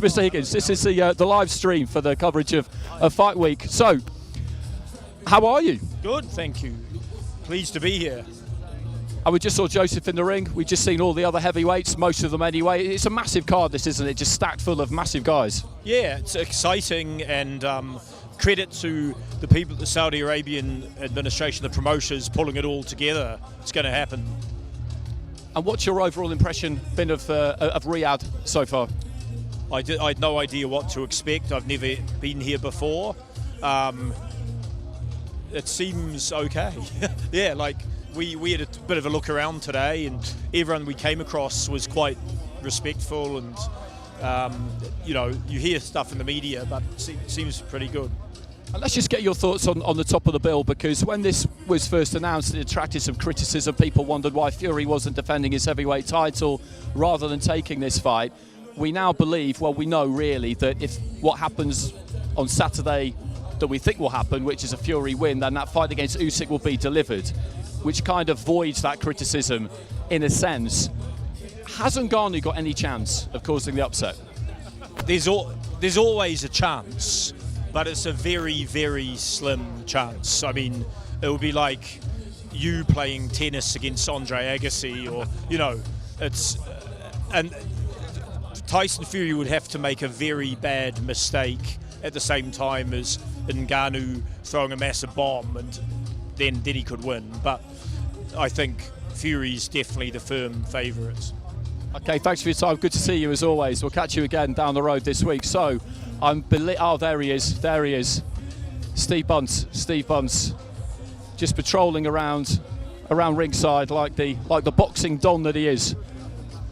Here he is. Sorry, I just described you, Bunce. It's patrolling around ringside like the boxing don that you are. You've been to lots and lots of places. You've been out to Saudi, of course, as well. But the scale of this, it is different, isn't it? You know what, Andy? The first time we came, we were in Diriyah, or not the first time, but the first time we came for a big fight. And there's 15,000, and we've got Joshua, and we've got Ruiz, and you're thinking this is about as big as it gets. And they just seem to get bigger. They just can create venues from nowhere. They can build F1 tracks and transfer them 800 miles across country. They can erect 2,000 and 20,000 in there. And it's not me praising the Saudi government and the way they do their business, because I'm here to report, not to support as such. But you just have to look at the grand scale of it and what they can do. And that's before you start talking about the wages that the boxers are getting. I think this British title fight tonight, it's not been confirmed. I think the total fee that the boxers are getting makes it the richest British title fight in history. I don't think there's ever been a British title fight where the two men have shared what David Adelaide and Fabio Wardley are sharing. They're making history, these people. They've got the money to do it, but more than that, they've got the vision to do it. I did wonder about that, the first British title fight coming to a different jurisdiction. Just a word about the top of the bill and the people involved in it. What really interests me about it is the fact that in Ngannou, you've got somebody who doesn't feel any kind of inferiority complex to Tyson Fury. He feels that he is absolutely on his level. You've got two massive names going head to head. Actually, I slightly disagree with you. I think Ngannou is stunned that he's not considered almost the main attraction, because he brings that kind of novelty value. I think he's genuinely stunned. I'm not going to stretch to her, but I think he's genuinely stunned that people think it won't be competitive. I think he's genuinely amazed that people think that he could actually lose. And when he talks about, I'll give Tyson Fury a rematch, he's not doing that for topspin. I think he's doing that because that's the way his mindset is. Now that makes him a dangerous man. I don't think he'll win, don't get me wrong. But someone with that amount of belief, you've been around fighters a long time, Andy, and if fighters have that incredible belief, they don't necessarily win, but boy, they go down swinging. Okay. Great line to finish on, Steve. Great to speak to you as always. Okay, so time for another fighter. Let's go back to Thomas Triber. Our next fighter to the ring, competing this Saturday in a 12-round contest, and it'll be for the British, WBO European, WBA Continental, and the vacant Commonwealth Heavyweight Championships. First, we welcome, coming to us from London, England, he is undefeated with 12 wins. 11 of his 12 wins come by way of knockout. Here is the reigning and defending WBO European Heavyweight Champion, David Adelaide. Well, here comes Big D, David Adelaide. Look at the setup here. This is a public workout, and he's got like a Titantron behind him. This is WWE style for just a public workout, and David Adelaide does not look out of place, does he? He is soaked in every moment. I'll tell you, they kept him waiting up there a little while you were speaking to Steve Bunce, but he was taking it all in. He was feeling himself, Andy. And you get that sense from both of them, don't you? We were chatting to Fabio a few minutes ago, and he was as cool as you'd like back there, just, as you say, soaking it in and just enjoying the fact that they've got this stage to operate on. They're two very confident fighters. And as we said to him yesterday, he was out here in February, casting his eye over everything around that Jake Paul Tommy Fury fight week, and that was very useful experience for him. I don't think it'll prove to be in any way the difference between the two, but I just love this fight. I love this fight ever since it was made. It was a little bit unfortunate, the roll around they had at the press conference, but having said that, you know, no real harm done in the end. It didn't jeopardise the fight. They're both here. As Steve said, they're both going to work very well out of this, and the profile of the fight has risen higher as a result, and I can't wait to see this one. Oh no, this is one that has got the public's mouth watering. It feels like you win this fight, you are an unbeaten British heavyweight champion. You've got 3 other belts, including the Commonwealth. You've got WBA, great ranking with the WBA. You'll get a great ranking with the WBO. You become in the conversation for maybe guys like Joseph Parker, who we've been speaking to. Maybe guys like that. You start entering that frame. Not the very top table, not with Fury, not with Wilder, not with guys like that, not with Usyk. But there's a kind of strand below that these guys will start entering if they win this fight. Yeah, they've got some rankings between them, these two. Fabio's at 11 with the WBA. He's just made the top 15 with the IBF. David's at 9 with the WBO. So whoever wins will sweep those belts, which is great in itself, but they will also be pretty much in the top 10 with 3 out of the 4 sanctioning bodies. And that's a very good position to be in, because we touched on it earlier, and Andy reiterated it there, Andy Lee with Joseph Parker. We are kind of waiting, or fighters are kind of waiting for the belts to fragment, because for 5 years now, 5.5 pretty much, we've had a situation where all 4 have been held by 2 people. The identities have changed briefly at times, but all 4 belts held by 2 people. It's awkward because it makes it hard to get a title shot, and that could change relatively soon. Well, exactly that, and also the winner of this fight, as you say, he'll have all those rankings, he'll have all those belts. They can both chat, they both look the part as well, and sometimes when it comes to getting big fights, things like that help. You need to be marketable, you need to have something about you. I'm looking at David Adelaide in the ring now. He's dancing, he's moving, he's smiling, he's soaking it all in. In terms of ticking boxes, everything outside the ring, that's already been ticked. We'll find out on Saturday if he fully ticks it inside the ring. Yeah, of course. It's an all-round package, this sport. We spoke to Fabio about it yesterday, about the need to understand all facets of it. And you do need to understand it all. You do need to have that marketability, that ability to appeal across the board, to be attractive to sponsors, if you like, but also to be attractive to fans, to switch that vocabulary when needed, to speak different languages in a sense, and they can both do that. You know, I think that's what makes this, in a lot of ways, such an enticing matchup. And Fabio, for example, you know, he wants to fight at Ipswich Town Football Club, Portman Road. You could get about 30,000 in there. He believes that at some point in the not too distant future, he can fill that. Well, that is Big D, David Adley. We're going to have a chat with one of the men that has made all of this happen. Mr. Spencer Brown, how are you, sir? Nice to meet you. Nice to see you. Nice to see you. I mean, when this first fight first came around, this event, did you ever think it would turn out like this? No. I thought it'd be pretty close, but I've never seen anything like this. Have you? I haven't. Have you been in the main stadium? Not yet. Go in there, you will not believe it. It's not just this is not just a boxing match. This is the biggest boxing event I've ever seen. This is just the workout, Spencer, and it looks like a WWE event. This is ridiculous. I walked in here early and I thought, oh, this must be the main area. And then he took me into, and I saw all the dancing and, is it Baby, Little Baby? Yeah, I believe it's Lil Baby. People have been calling him Little Baby. It's Lil Baby. Sorry, Lil Baby. I just saw him doing the rehearsals. Right. Go and have a look. You can't believe it. They've done marvellous, haven't they? How did this happen, Spencer? Give me, sort of summarise it in a little bit for me. You're asking for some secrets there. Come on. I'll tell you a few. So I'll give you. Right, it was quite easy actually. We got a knock on the door. A guy literally knocked on my door. So we had a meeting. We had a meeting 2 or 3 weeks beforehand.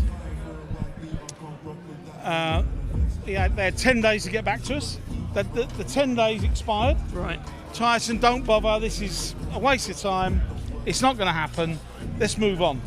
So obviously, Frank went back to Frank and said, Frank, don't look like it's going to happen, mate. I think we're going to have to look at England. Then I went back. They came back to me. I got a knock on the door, and literally 2 guys stayed in my house for 4 days. Wow. That's how it happened. Wow. And I said, don't bother getting a hotel, stay here and let's see if we can work it out. I took him to Tyson's house. Tyson met him again, and he said, I think this might be real. We both agreed. I rung Frank, rung George and said, we think this is actually real. This is not a dream. This is actually going to happen. And Tyson gave me the blessing to go over to New York. So did George, so did Frank. Go and do it. So I went and done the deal. We went to Turkey Al Sheikh, who sat us down, explained what it was, and we done it. It was that easy. So literally in 4 hours. In 4 hours. Opportunity knocked. Literally. Oh, very knocked. good. Very good. I like that. It's very good. Right, that wasn't it? But yeah, opportunity did knock, and look where we are today. So it's amazing what fate can do. It's exactly that. And Andy, look, we were talking about the Usyk fight, right? It's sort of, look, it's no secret, Spencer. They put out posters and stuff. There's no secret anymore. No. But where is Tyson's head with that? Because it's not often, and it's not normally seen as like a positive thing for the fighter to have his next fight already scheduled, especially when he's got someone like Francis Ngannou in front of him. Well, it's totally unheard of. Look, it's going to be the biggest event we've ever seen, and I think obviously with it being on the 23rd of December, it's going to be a lot harder for people to get out there. But if you're looking to go to somewhere for Christmas, what better place? Driving down here, they've got fun fairs. You can even swim with dolphins here, just down the road there. So if you want to come here for a Christmas break, all right, there's no drink, but I don't think you need it. Give drink a break. Come here and enjoy yourself. They've got everything, and they're so polite. You know yourself. Yeah, absolutely. You've met the people. They're lovely. They open their hearts to you. They open their homes to you. Yeah. You know, so I just think it's been a real eye opener, isn't it? And you know, when Frank said this is a game changer, this is what he meant. This is a game changer. This is not something that's going to be a flash in the pan. This is going to be something that we're going to see for a long time. And I don't know how you're going to bet at this event, but I spoke to Turkey Al Sheikh last night. I think they'll find a way. Yeah, I spoke to him last night, and he actually said, don't worry, I've got something better coming. Oh. So I don't know what he's going to do. But how'd you get better than this, Spencer? Well, I don't know. That's the answer to you. But obviously they've got something planned. They've got something up the sleeve. Oh, I can't wait to see it. Nor can I. And I think it's going to be a tremendous night. So buy the pay-per-view, because it's going to be unbelievable. It is going to be unbelievable. Yeah. It's been unbelievable hearing that story. A knock on the door, opportunity. A knock on the door, opportunity knocks, and we're here now with I don't know, and it just seems very surreal. And the Usyk fight was very easy to make as well. Brilliant, and we'll hear all about that, I'm sure, in the coming days too. In the next interview. Thank you so much for All joining right, us. nice to see you, lads. Thank We're going you. to go back to our MC, Thomas Triber. Welcome to the ring, coming to us from Ipswich, England, undefeated with 16 wins. 15 of his 16 wins come by way of knockout. Here is the reigning and defending British and WBA Continental Heavyweight Champion, Fabio Wardley.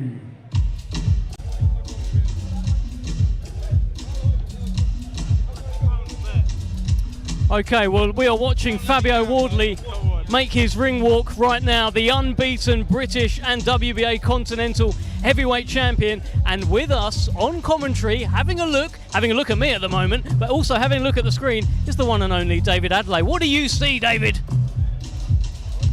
Nothing. Just another guy. You know, someone I'm going to beat up on the weekend. You know, nothing new.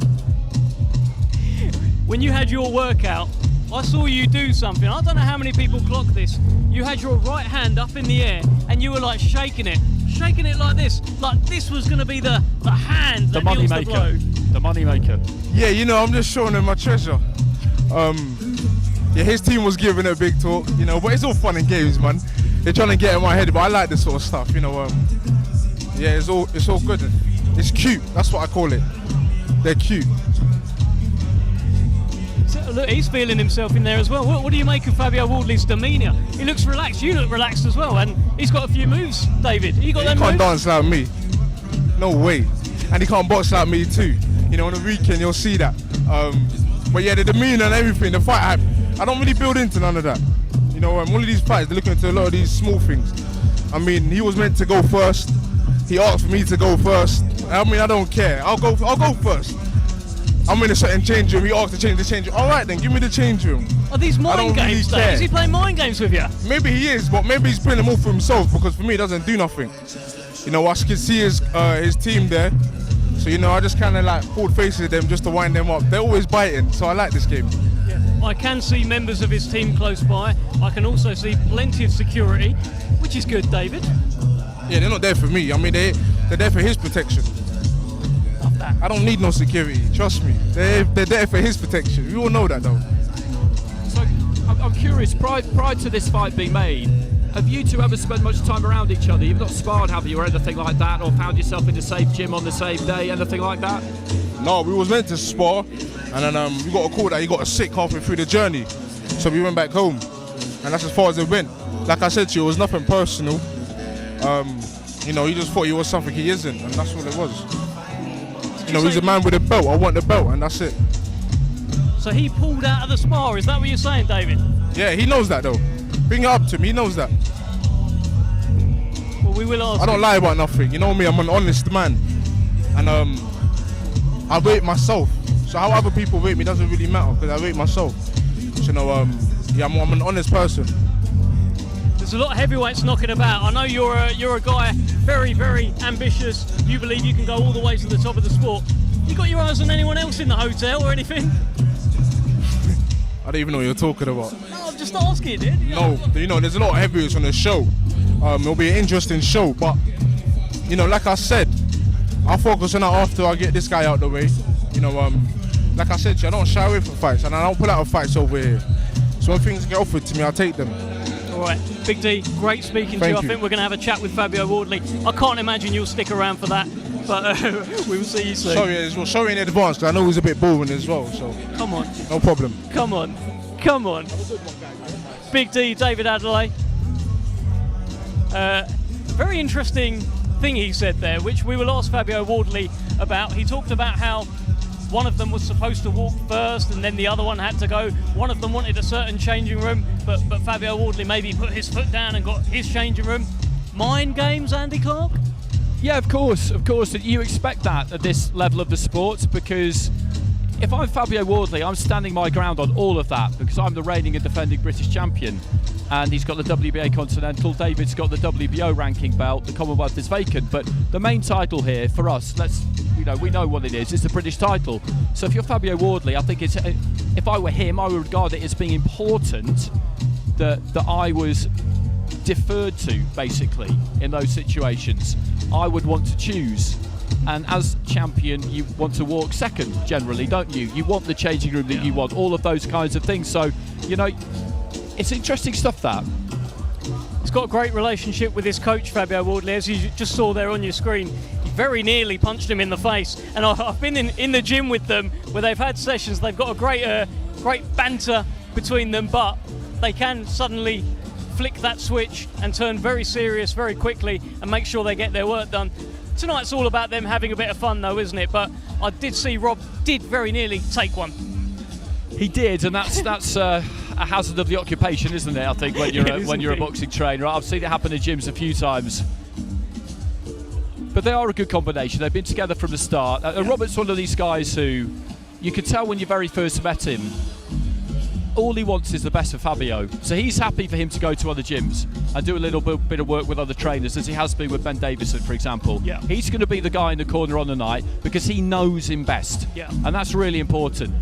But it's really important as well to have somebody, as I say, who just wants the best for you, who doesn't have that insecurity whereby he doesn't want you ever speaking to anybody else. That's how you let a fighter develop and grow. So I really like that about him, and I always have. Yeah, absolutely. And look, he's down in that Ben Davison gym quite a lot, gets to high quality sparring the likes of Alois Jr., unbeaten cruiserweight, who is a handful, an absolute monster. Oh, Guys isn't he? like that. Isn't he just? Oh, mate, he is a very, very watchable cruiserweight, and I'm sure he's giving Wardley plenty of work. I've seen Fabio Wardley sparring Moses Itauma, who Moses Itauma spars everyone, so that's no surprise at all. But this is a guy getting around the gyms, sparring everyone, apart from David Adley, apparently. Well, we might get the other side of that. But I remember talking to Fabio about going out to spar Usyk, I think it was, and he was fresh. He was pretty green as a pro, and he went over by himself on his own. He just says, just send me a ticket, it'll be fine. Pick me up from the airport. So he went by himself, and I think Team Usyk, from what I understand, were really impressed by that. Yeah. The fact that somebody of his lack of experience, basically, was happy just to travel by himself and just see what he found out there. No airs, no graces. He was there to learn. Yeah. Not many people do that. Do you know what it is? It feels like he's just one of those lone wolves. The whole build up to all of this, he seemed pretty much undeterred, unbothered. I think the word is phlegmatic. He's devoid of much emotion. He's pretty relaxed, isn't he? Yeah, he is. That's his natural setting. But you always get the impression that there's something lurking beneath the surface and not too far below the surface. He's one of these people who he listens when you talk to him. Yeah. He's not just waiting for you to stop so he can start talking again, and that's quite often the case. Yeah. Sorry, I was just waiting for you to finish. Very good. Very good. I jest. But yeah, he's an intelligent guy. Yeah. I think they both are. They're both confident, and one of them is going to lose on Saturday, almost certainly. Yeah. But depending on the manner of the defeat, that will dictate what kind of a setback it is, really. Yeah. And remember, neither of these guys have been past 6 rounds, right? It's quite something. And look, it's their own fault. They keep knocking everyone out, right? Bar 1 for each guy. So neither of them have actually been taken into those deep waters late into a fight where you do have to ask yourself a couple of questions. Have they skipped any runs? Have they actually got the tank that maybe they need at championship level? Maybe we're going to find out the answer to some of those questions on Saturday night, and we'll be speaking now to Mr. Fabio Wardley, who is coming in. Here he is, jogging his way in. Fabio Wardley, how you feeling? That's hard work, wasn't it? You enjoy yourself up there? Yeah, it's good laugh. Good fun, man. Enjoy it. Yeah, some decent tunes playing. I'm surprised I didn't see you cutting a few shapes or anything like that. Hey, you can see it. I've got a few. Couple of moves. Listen, we're speaking to David Adley. He was watching you. He said you're the guy who's going to beat up on Saturday night. Oh, what do you think about that? That's his job, isn't it? Who else is he going to try and beat up on Saturday night? That's what we brought him in to do, isn't it? He's going to try. There was a couple of things that he said about, in the build-up to this, apparently you were meant to go in the ring first, but you said no. Apparently you were meant to be in a certain changing room, but you demanded a different one. Are there a few mind games going on? What's going on? It's just fun and games, isn't it? Just letting him know who's in charge, that's all. Hey, I've done more than him. I've earned my stripes more. You come to me, you want my belt, fair enough. Earn it. Yeah, you can't. I was saying you can't be walking first if you're the British champion. That your right is to walk second, and it's important. It's important to establish that ground. Yeah, that's all it is. It's establishing the pecking order. I'm up here. You're somewhere down there. You're trying to find your way in that. But look, I've done the hard work already. I've earned my fights. I've earned my belt. I get all the privileges that come with that. If I get a change of room on a different side of the arena, or I walk in a different in a different corner of the ring, look, they're small things, but hey, they're all things I've earned along the way. Do you think that these sorts of things are getting in his head a little bit? I don't know. I'm not fussed if they are or if they're not. It's not about him. It's about me.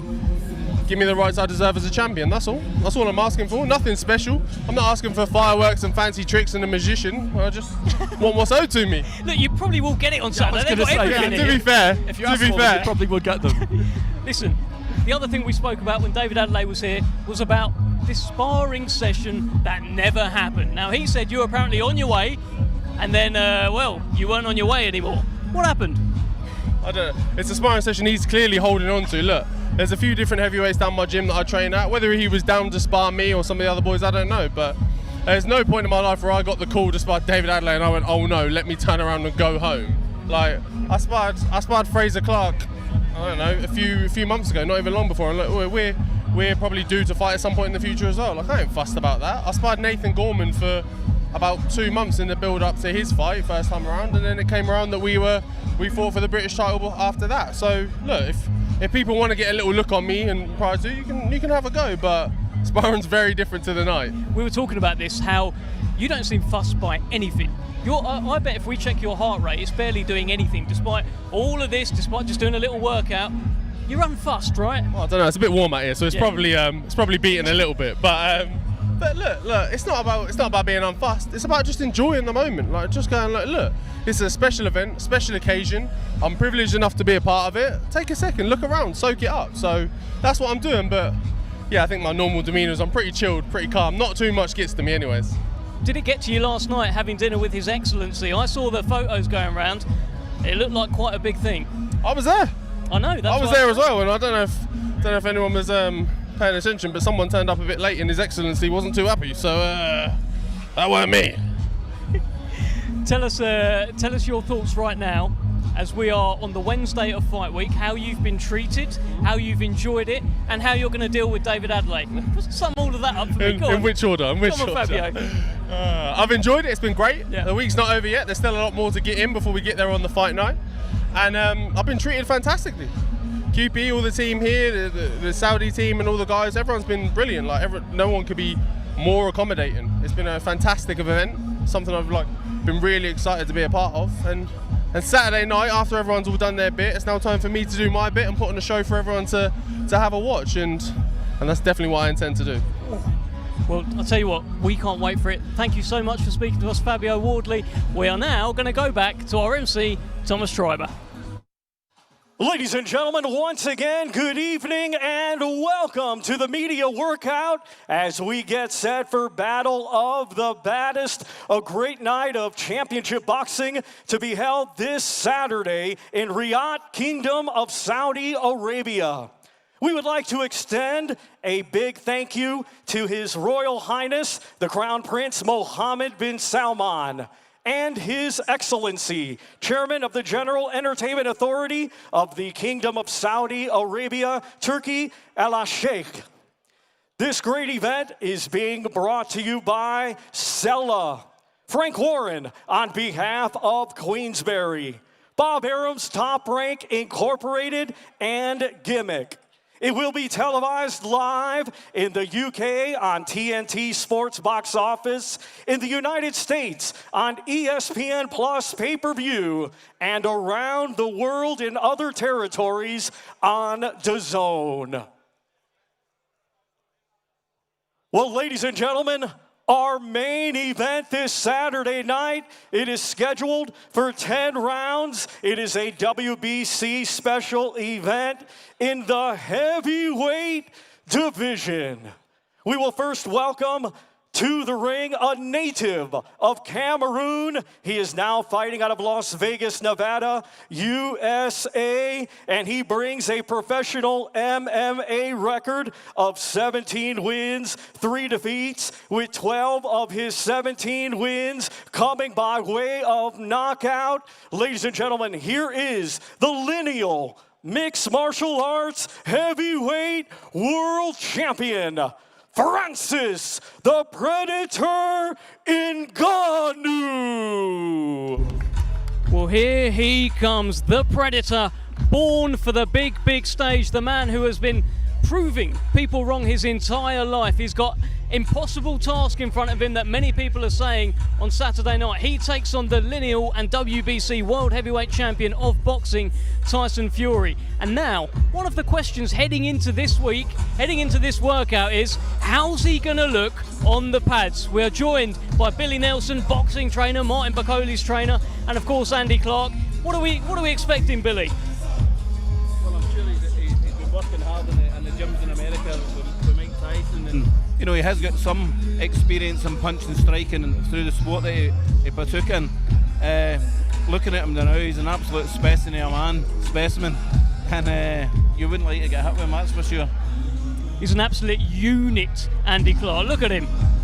Yeah, he is, and like Billy was saying, you know, he's got that kind of basis when it comes to punching. He told us yesterday he had that brief amateur career.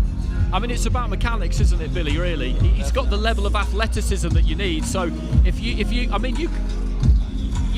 to teach Thor how to punch, basically, didn't you? So, and that's taking someone from scratch. So if you were working with someone like Ngannou from day one, what are you looking to get him doing? Just concentrate solely on the basics and perfecting the basics, mastering that, and everything else, and his instinctive fighting brain should kick in after that. Well, a big, big moment in the life of Francis Ngannou. He said that his first dream was actually to become a boxing heavyweight champion. He just stumbled into MMA. He wanted to be a boxer, but in France, where he was, they said, you're better off going the MMA route. And he went that route, and my goodness, did he go that route. Some of the knockouts that he's got, Billy Nelson, I mean, they would even make Martin Bakoli proud. They really would. I mean, he's a ferocious puncher. I mean, you can just... There's something about him that tells you that a big, big puncher. But he's going in with an absolute master, a master of boxing on Saturday night, and Tyson Fury. And, you know, I wish him well. I wish him all the best. You know, he's got the minerals to go in with him, so good on him. What do we think about the idea that punchers are born, not made? Let's have this discussion, because I think we are looking at a man who was born with frightening power. Are they born, Andy? From talking to trainers quite a lot recently about this exact thing, what they tell me, Bill, is that if you've got a boxer or a potential boxer with a good level of athleticism, with a certain level of athleticism, then you can teach them to punch. You can teach them the mechanics. Certain people will take to it quicker than others, but you just have a certain level of athletic ability, particularly straight punches, you know, with the weight transfer and rotation. You can teach someone to punch hard. That is the thing, that's the key, the rotation of the waist, the athleticism, and you actually knocked the nail on the head there. It's how they take it in and absorb the information that their coaches are giving them. Some people take a little longer than others, and the ones that pick up quicker develop quicker, don't you? It's just like any form of education. What do we think about the, I mean, I can't see him here tonight, but he will be there on Saturday. He has been in his camp.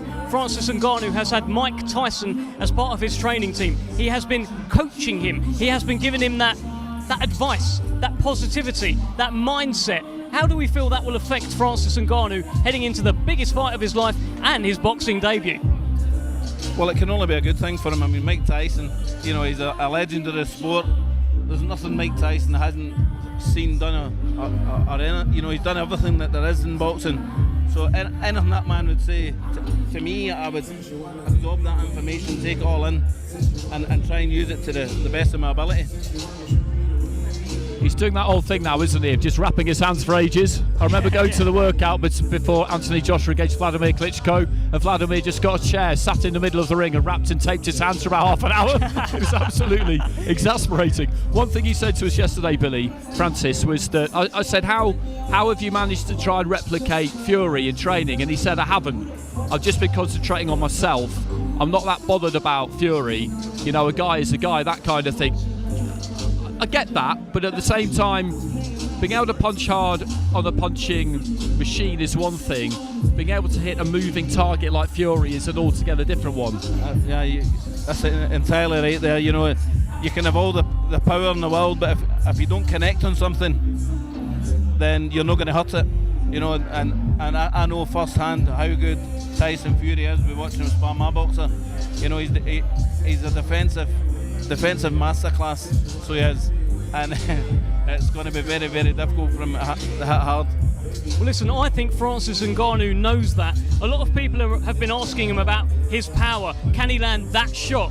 And he tends to dismiss it, and he tends to say it's not just about landing one shot, it's about getting into range and landing punches. So I think maybe there's a bit of a myth out there that he's just going to be following him around the ring, trying to land a big right hand. I think there's going to be a little bit more we'll see on Saturday night from Francis Ngannou. Well, there's one thing, trying to get in distance, or trying to get into distance, it's very, very difficult with somebody like Tyson Fury, because his height, and more so the reach that he's got. His reach is phenomenal, and once you get past that reach, that might nullify his power shots, because his power shots are the straight shots. You know, the rotation off the. I don't think he's going to get those shots off against Tyson, and if he doesn't get them off, then he may be in a bit of bother. Well, he's got nothing to lose at all, Andy Clark. I mean, you talk about the risk reward. It feels like Tyson Fury is the one who is risking everything in this fight. Francis Ngannou, he's got it all to gain, hasn't he? Yeah, absolutely. He can't. I'd slightly hesitate to say that it's a no-lose, because in his head, he's not going to look at it like that. He's a champion in his own sport. He's top of the tree, and Bunsey was just saying to us, Billy, that you get the vibe from Ngannou that he can't quite understand why everybody thinks he's got no chance, because in his mind, he absolutely has a chance. And having that confidence, that mentality, you know, it is important. He might not win, but do you think there's a chance that he could cause some problems in there on Saturday that we maybe don't expect? In all fairness, I don't think he's. See, it's not just about punching hard, which he clearly can do. You have to create those opportunities, and he might not have the boxing awareness to do that in the ring. You know, setting traps, slipping punches, parrying punches. We don't know if he can do that. The one thing you have to remember about Francis Ngannou is the sort of stuff that we're saying there about, it's 1 in a million kind of thing. It was 1 in a million for him to leave Cameroon. It was 1 in a million for him to survive being homeless on the streets of Paris, eating rats, going from homeless shelter to homeless shelter. 1 in a million, really, for him to become an MMA fighter, a UFC world heavyweight champion. He is used to defying those odds. Very much so, and credit to the man for everything that he's achieved in his career. You can only take bow to him, you know what I mean? And I wish him well, you know, I wish him well in everything that he does. But, you know, with regards to boxing ability, Tyson Fury is not number one in the world for nothing. If it was role reversal and Tyson went to his discipline, it'd be very similar, you know what I mean, role reversal. Well, he's making us wait, but we're going to see him let his hands go in just a minute. We were saying earlier on that when you see someone with real top level power hit the pads, it makes a different kind of noise. It's that sharper explosion of air, that ping sound rather than a thud. I mean, you've been around this a long, long time. Who's the most explosive puncher you've seen on the pads or taken on the pads? Currently I train a young lad called Lewis Crocker, and he is a ferocious puncher. He actually hurts your hands on the pads. He's a ferocious puncher. But I remember, it must have been about 15 years ago, Jimmy Tibbs used to train Wayne Alexander. Yeah. And we were down in the Lennox Lewis Centre down in, I think it's called Lewisham. A Clapton. It's a Clapton, I know it. It was a great facility for boxing. And I had the privilege to watch Wayne Alexander on the pads with Jimmy, and it was like being in a shooting range. Ka-chung, ka-chung. Oh, the right hands were frightening. Absolutely ferocious puncher. Well, look, Francis Ngannou has now gloved up. We are so used to seeing Francis Ngannou with very, very small gloves on. Look at the size of them, and that is the difference between MMA and boxing. I mean, how big are those gloves do you think he's got on there? I think they're 16s he's got on. Yeah. I think they're 16s. I mean, I believe that is it 4-ounce gloves that they wear? Correct, yeah. So even he's going to wear a 10-ounce glove in the fight, I'm sure. Yeah. You know, that, you know, for all the power that he does produce, that'll decrease a little with wearing a slightly bigger glove, obviously. And keeping those gloves up. Keeping 4-ounce gloves up would be a bit easier than 10s, obviously. So these will be heavier gloves to keep up. So it will tire a fighter out keeping them up. Oh, 100%. Yeah, 100%.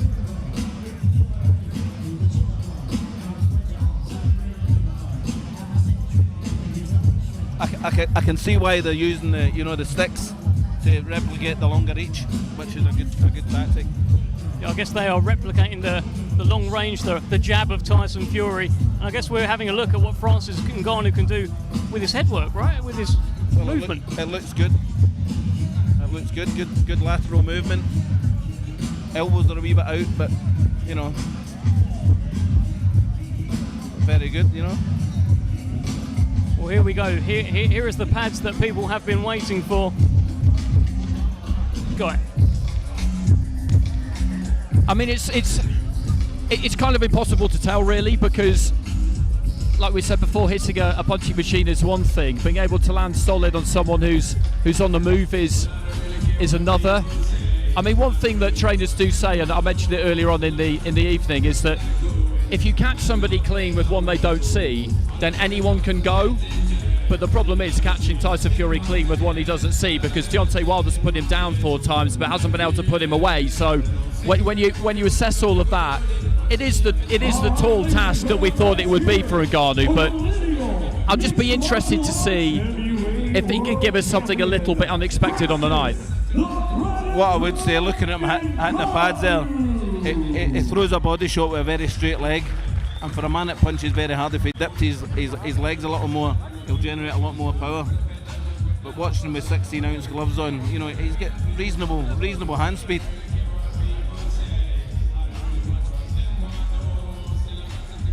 Well, Billy Nelson, we're going to let you go. Thank you so much for your insight. And I think you only mentioned Martin Bacoli once, so well done, well done, Billy Nelson. Thank you so much. Well, that was the insight of a boxing trainer, Billy Nelson. What do you make of what you're watching right now, Andy Clark? It's really interesting to watch him, you know, really interesting, because when he was doing that kind of routine on the pads, he tapped the jab, then go up with the jab, then look to throw the right hand, and he was slightly hesitant. I think he's aware really that this kind of stage he's on at the moment, he's kind of feeling his way a touch, and that's always going to be the case when you've not been at this all that long, because swapping over to boxing from MMA would be like doing it the other way around. And what could we realistically expect Tyson to achieve if he stepped into the octagon? Hey, listen, if you ask him, onto Ngannou's home turf, I know what he'll say if you ask him, but he's not. These people are not always the greatest judges of their own strengths, to be honest with you, because they think they're amazing at everything. Yeah, that's partly why they get to where they get to. No, absolutely. And the point I was referring to there was actually at the very end of the first launch press conference in London. It did start, it was quite friendly, but it started getting a little bit spicy the moment Tyson said that he can actually beat Francis Ngannou in a cage as well. And I don't know, look, he might even try that one day. In the wild career of Tyson Fury, do not rule out seeing him in an octagon, in a cage one day. No, I mean, I wouldn't rule it out. You wouldn't rule anything out with him. He's the kind of character who seeks new experiences, but I would advise against it for exactly the same reason that this is going to be very hard for Ngannou. That would be extremely hard for Fury. It just would. And boxing it's kind of amazing how in these crossover events, kind of we get to, you know, our game, our rules. You know, that's how it generally turns out, isn't it? But I've got all the respect in the world to him for doing it. I know he's going to get phenomenally well paid for this, but when you get to that level of the sport, yes, the money does matter. It's always important because you want to get paid what you're worth, and we're talking about money here that could be life-changing for future generations of Ngannou. But at the same time, you're in there for the glory and to win. That's what you're there for. So, as Bunsey said, he absolutely does not think that he is going to lose this fight. It's not the same, but I remember when Canelo boxed Bivol, and people were making Canelo quite a heavy favourite, and Bivol just couldn't, he literally couldn't understand it. Like, why are you all mad? Like, why would you think that? Yeah. Like I say, it's not the same, but Ngannou has got that champion's mindset where, in his mind, he is going to win. Well, we are about to speak to the man they call the Predator, an absolute unit of a man, the one and only Francis Ngannou. Francis, how are you, sir? How are you? Good to see you. Your face too much. I know. I'm everywhere. I'm everywhere. Please. Well, so you've seen my face everywhere, but I tell you. Can somebody help me with my gloves, please? Have you? How do those gloves feel? Huh? How do the gloves feel? Feel pretty good. Yeah. I love them. A lot bigger than what you're used to, right? I mean, how do you feel in terms of when you actually hit something? Does it still feel the same? Even in MMA, we use big gloves for training, for sparring. We are very protected when we spar because we need our opponent and to be safe, and ourselves too, because we have a lot of risk of injury, and every kind of injury, knee, elbow, shoulder, everything. So we protect ourselves pretty good.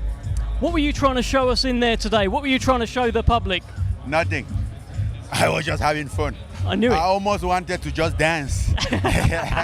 Then I realized that I will show them my dance skill. And I'm like, nah. You can show us now if you like. No. I don't have any. I mean, just a little, but not too much. No, you don't want to give too much away, do you? It's what I wonder is, do you feel that in the build-up to this you've been shown the respect you deserve by the boxing community, or do you feel, we're boxing people, do you feel that in general boxing has not shown you enough respect? Well, let's be honest, I haven't gained any respect from boxing community, so I'm not expecting anybody to respect me. I think I need to gain my own respect, to claim my own respect. You know, respect is not given. You don't just walk around and demand for people to respect you for no reason. I think respect is earned, and I'm gonna earn my respect, whether it's in the boxing community or in life in general. That's my goal, to earn my respect. There seems to be an opinion from the boxing public that what you're going to do is follow Tyson around and just try and land that big punch. But I think there's going to be a bit more than that, isn't there, Francis? Well, they're going to find out. I think people have a right to think. There's 8 billion people on Earth, so you have to understand it's 8 billion opinion. But there's only one opinion that's going to matter. There is mine. So people have a right to think, and you can't control people of having an opinion. You know, yes, I'm going to fight, and if that big shot comes, yes. If he doesn't come, I really intend to fight properly. You've spent your whole life making the impossible possible. Is it possible for you to beat Tyson Fury on Saturday night? Everything is possible. Everything is possible. Otherwise, we wouldn't be here. In fact, see where we are talking about Tyson Fury. We would have believed that a couple of years ago. Even last year, we would have believed that. But here we are talking about that fight that is going to happen in 3 days. So it's quite possible. Absolutely incredible speaking to you, Francis Ngannou. Thank you so much. We're Thank going to you, lose Dave. you. Got the fist bump in the end. Let's go back to our MC, patiently waiting, Thomas Treiber.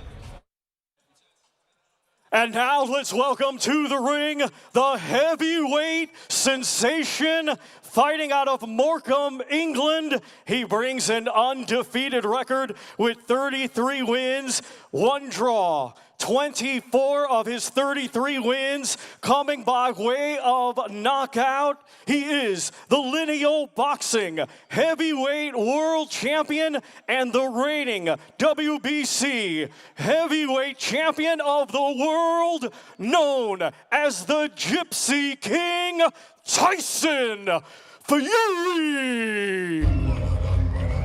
Well, here comes Tyson Fury, the WBC and Lineal Heavyweight World Champion, the World Champion of Boxing, of course. taking on the lineal MMA heavyweight champion. And as ever, as you expect, Tyson really feeling himself and enjoying every moment like he has done so far in Fight Week, Andy. This is what he lives for, isn't it?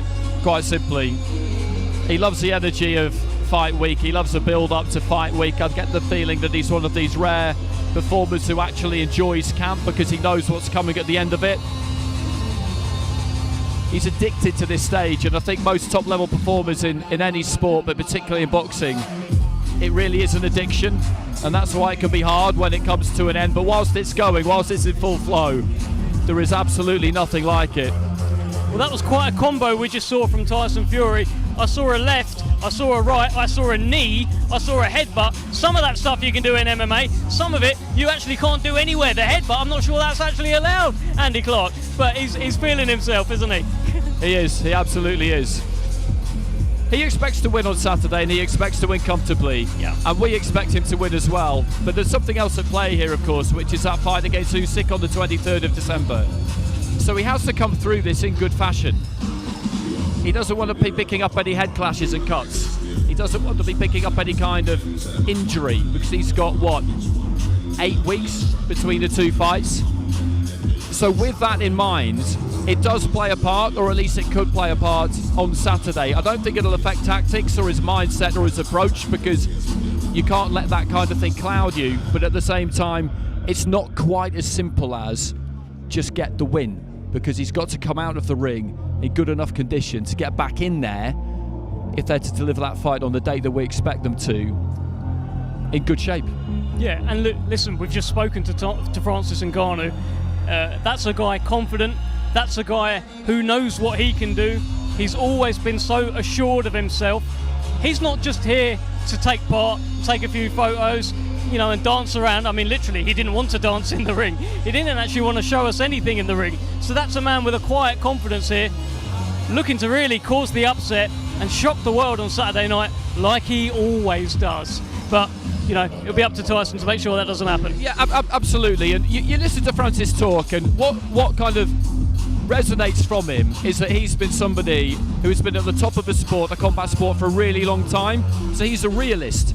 He's not going to indulge in a load of absolute nonsense talk, the like of which I felt we did hear from Conor McGregor in the build-up to the Floyd Mayweather fight. Each to their own. He went about it slightly differently. He wears that cape of utter invincibility and supreme confidence and bombast basically at all times. Someone like Ngannou is slightly different, a slightly quieter demeanour, but the determination and the will and drive to succeed that he's had to make it from where he came from to where he is, it can never be underestimated. The only way I see this going wrong for Fury on Saturday is if he underestimates his opponent. Yeah. It's always a possibility. It is always a possibility, because you can do all the training, you can do all the groundwork, you can do all the runs, but if you just don't have that slight little knot of fear in your stomach that it could go wrong, then that can translate into the kind of performance that can lead to problems. Yeah, well, it's exactly that. But he is absolutely adamant, Tyson Fury, that he hasn't underestimated Francis Ngannou, that he is treating him with so much respect. He put in a 12-week camp for this, talked about how for the third Deontay Wilder fight, I think he only got 5 weeks. He had all sorts going on, but he only got 5 weeks to actually train for that fight. And look what happened. I mean, it was a brilliant, pulsating fight, but he did have to taste the canvas in that. So he is giving all the respect in the world here to Francis Ngannou, and he appreciates that he's got a guy in front of him coming to take his head off.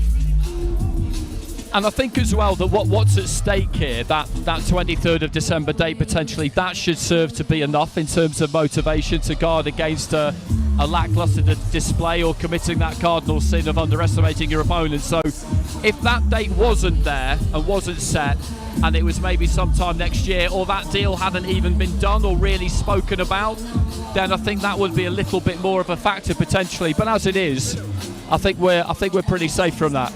Well, we are joined by Mr. Tommy Fury, the KSI conqueror, the Jake Paul conqueror. How you feeling? I'm feeling good, mate. I'm happy to be in Saudi again. I mean, obviously, I'm not fighting Jake Paul. It's Tyson's show. So, yeah, I'm happy to be here. I'm enjoying it, loving it already. What an atmosphere. What an atmosphere.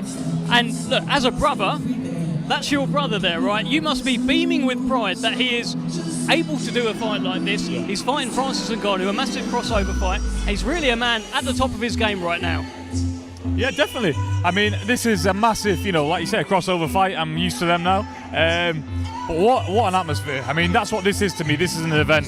As far as the fight goes, it's Tyson's fight. He's going to dictate everything in there.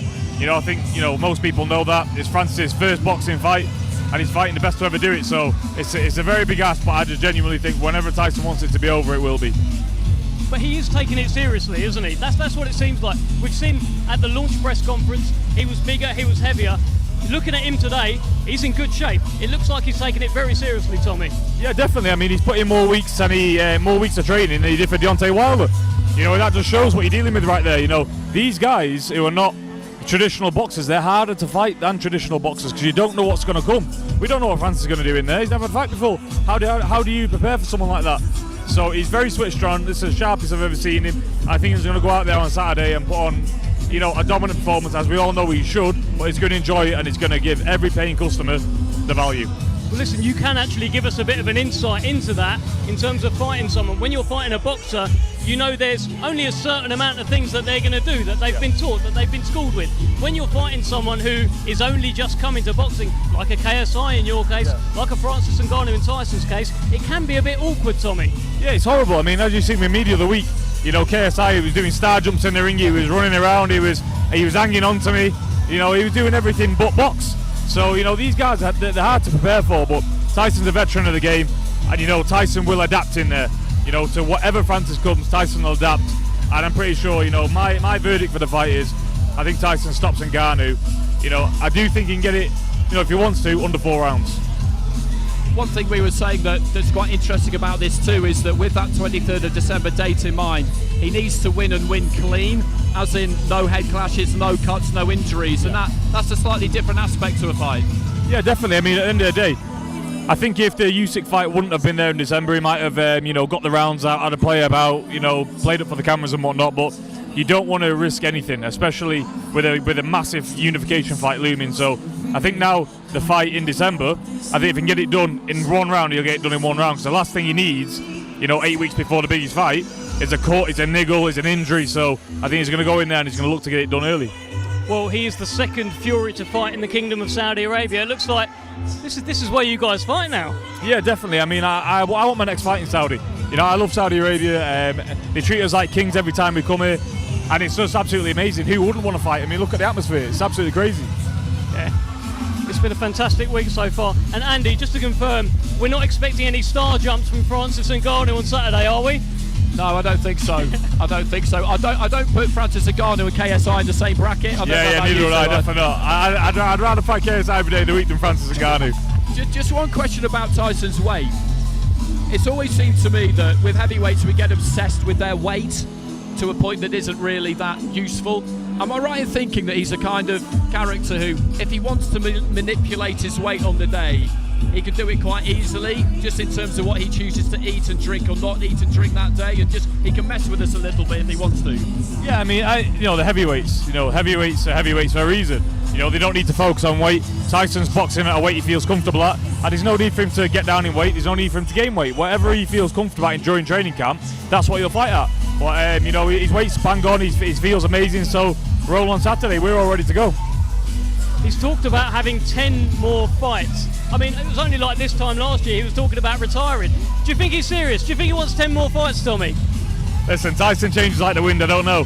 You just got to enjoy him while he's here, because I know he's the best to ever do it. And when he's gone, he'll be very missed, because who else is doing these sort of shows? Nobody.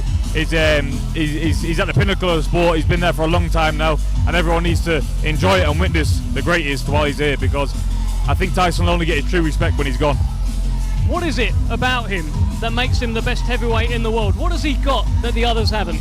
He's got everything. He's got size, speed, movement, power, range. He can box orthodox, southpaw. He can fight going forward. He can fight going back. No other heavyweight on the planet has the full package, and that's why Tyson's the best. And he's going to prove that on Saturday, as he should, and he's going to look good doing it.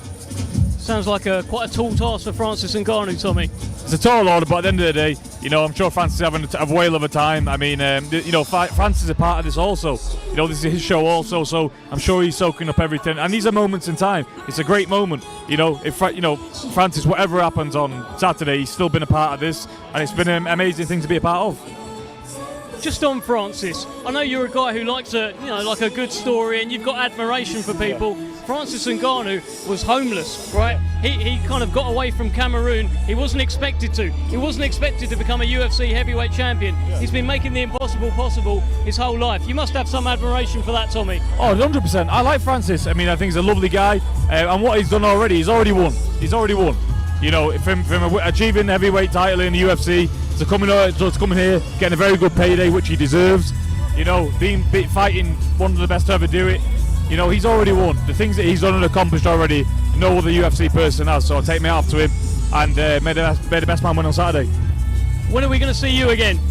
I don't know. I'm going to enjoy my food, especially over here. You know, I've had 2 fights this year. You know, obviously I'd love to be more active, but these fights are what they are. And you know, I think early next year, I'm looking to get back out. All right, well, great speaking to you, Tommy Fury. We'll let you go. Go and enjoy the show. Thank you very much. Thanks, mate.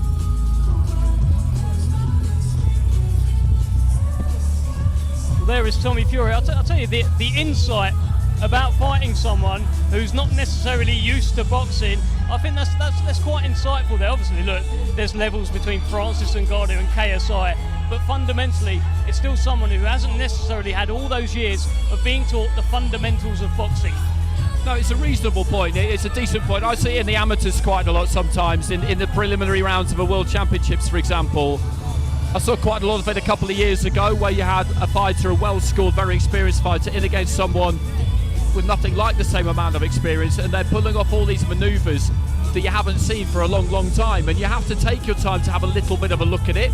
So I do think he'll do that on Saturday, because, as I say, the danger is when you're in against someone that unorthodox, arms and legs in places you don't normally expect them, and heads, that something could happen. You could get tangled up, you could put your shoulder out.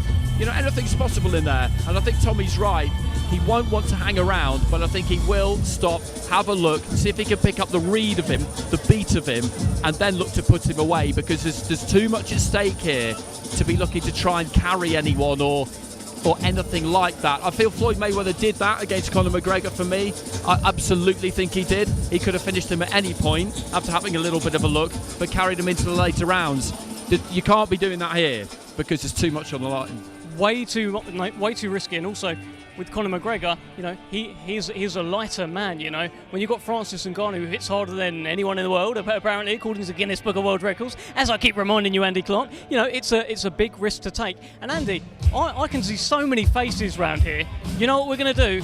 We're going to send you for a walk, my friend. Go on, go get him. Go get him, Andy Clark.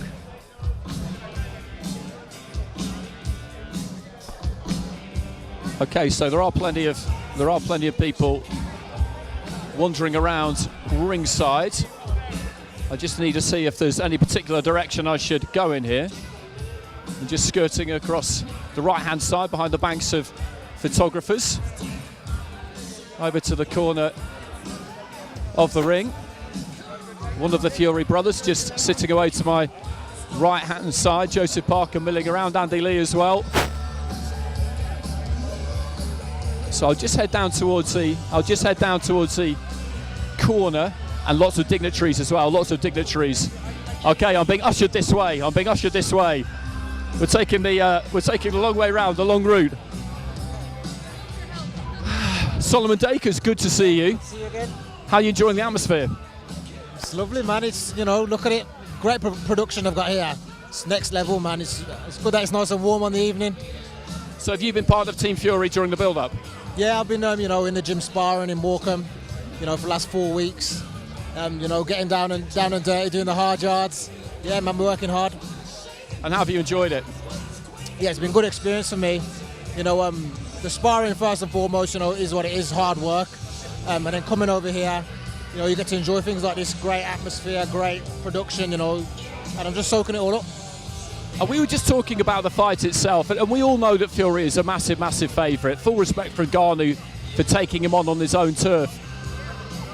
But he cannot, firstly, underestimate him. I don't believe that he will. But secondly, he does have to try and win this fight and win it clean without any mishaps or injuries because of the date that's looming. And with all of that in mind, you know, it's going to be a seek and destroy mission, you'd imagine.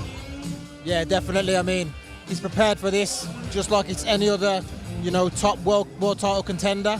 You know, we've been sparring hard, doing the rounds, 12 rounds, you know, 15 round sessions. He's not going to take his eye off the ball. He knows with these guys that are not boxers, they can be awkward, they can be tricky, and he's got power, you know, he's a massive heavyweight.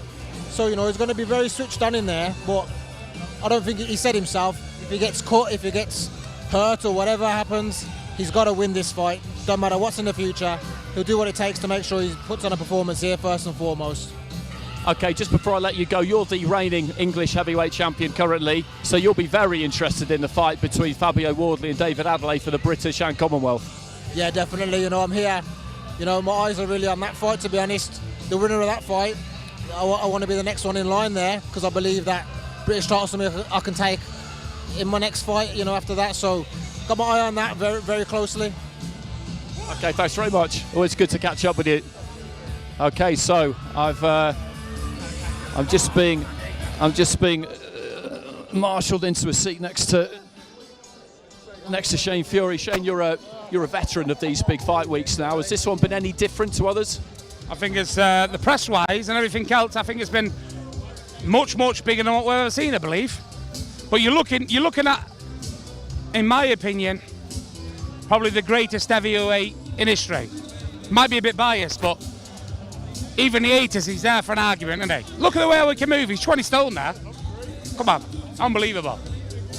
Do you feel like he's reached the peak of his powers yet, or is there more to come? I don't know. At 35, how much more is there to come? We're realist. 35, he's not showed no decline yet, but at 35, he might go overnight. But at the minute, through the camp, he's done everything what's been asked of him, and done it well as well. Well, it's an incredible ride that he's on, and he continues to take us on it. The second half of this year, the Netflix series, this, and then the date looming at the end of the year, I don't think anyone's really had a run like that. No, he is a big star at the minute, isn't he? But he's had his ups and he's had his downs, and I think it's all developed and it's all made what he is now. It's built the character. All the negatives and all the positives has actually built the character what you're seeing at the minute. Okay, Shane, thanks very much. Cheers, mate. Always a pleasure. So I'll just slide along to my right-hand side and just sidle in next to Big John Fury. John, like Shane, you're a veteran of these fight weeks, of these build-ups now. Has this one been any different? No, it's been a marvellous occasion. It's exceptional, magical. But when you look at the man performing there, just moving around the ring, you can use his class, you know. I've no doubt in my mind, you know, what's going to happen, but, you know, it's a spectacle again. But you never know in boxing. It's the strangest game in the world. But you're looking at the best heavyweight in the last 50 to 60 years. And the way he's moving around there now, I'm not a bit worried, to be honest with you, no. I mean, is there any kind of apprehension at all about Saturday? Because with the potential date of the 23rd of December in mind, I've been saying this to people the last 20 minutes or so, he needs to win and emerge completely unscathed, doesn't he? No cuts, no bruises, no nothing. Well, yeah, the thing is, we're only looking at Francis Ngannou. Like I've said to him, concentrate on Saturday night.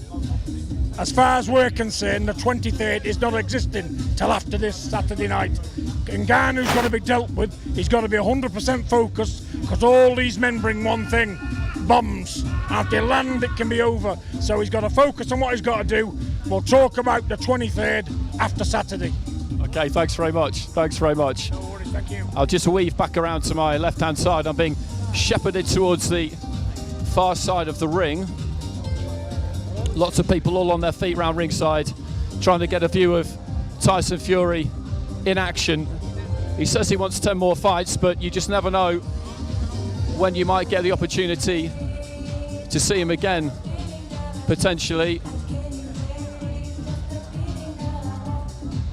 Took a good while to get his hands wrapped by Sugar Hill and get gloved up, but now just getting his gloves removed down at ringside, just nodding his head.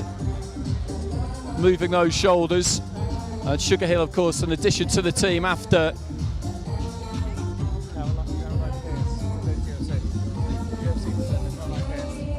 Okay, so let's bring in somebody now who can enlighten me on the MMA side of things, Caroline Pierce. So, Caroline, I'm a boxing person. Everybody I've spoken to really is from that side of the divide. Are we underestimating, or in your view, even disrespecting Francis Ngannou a bit?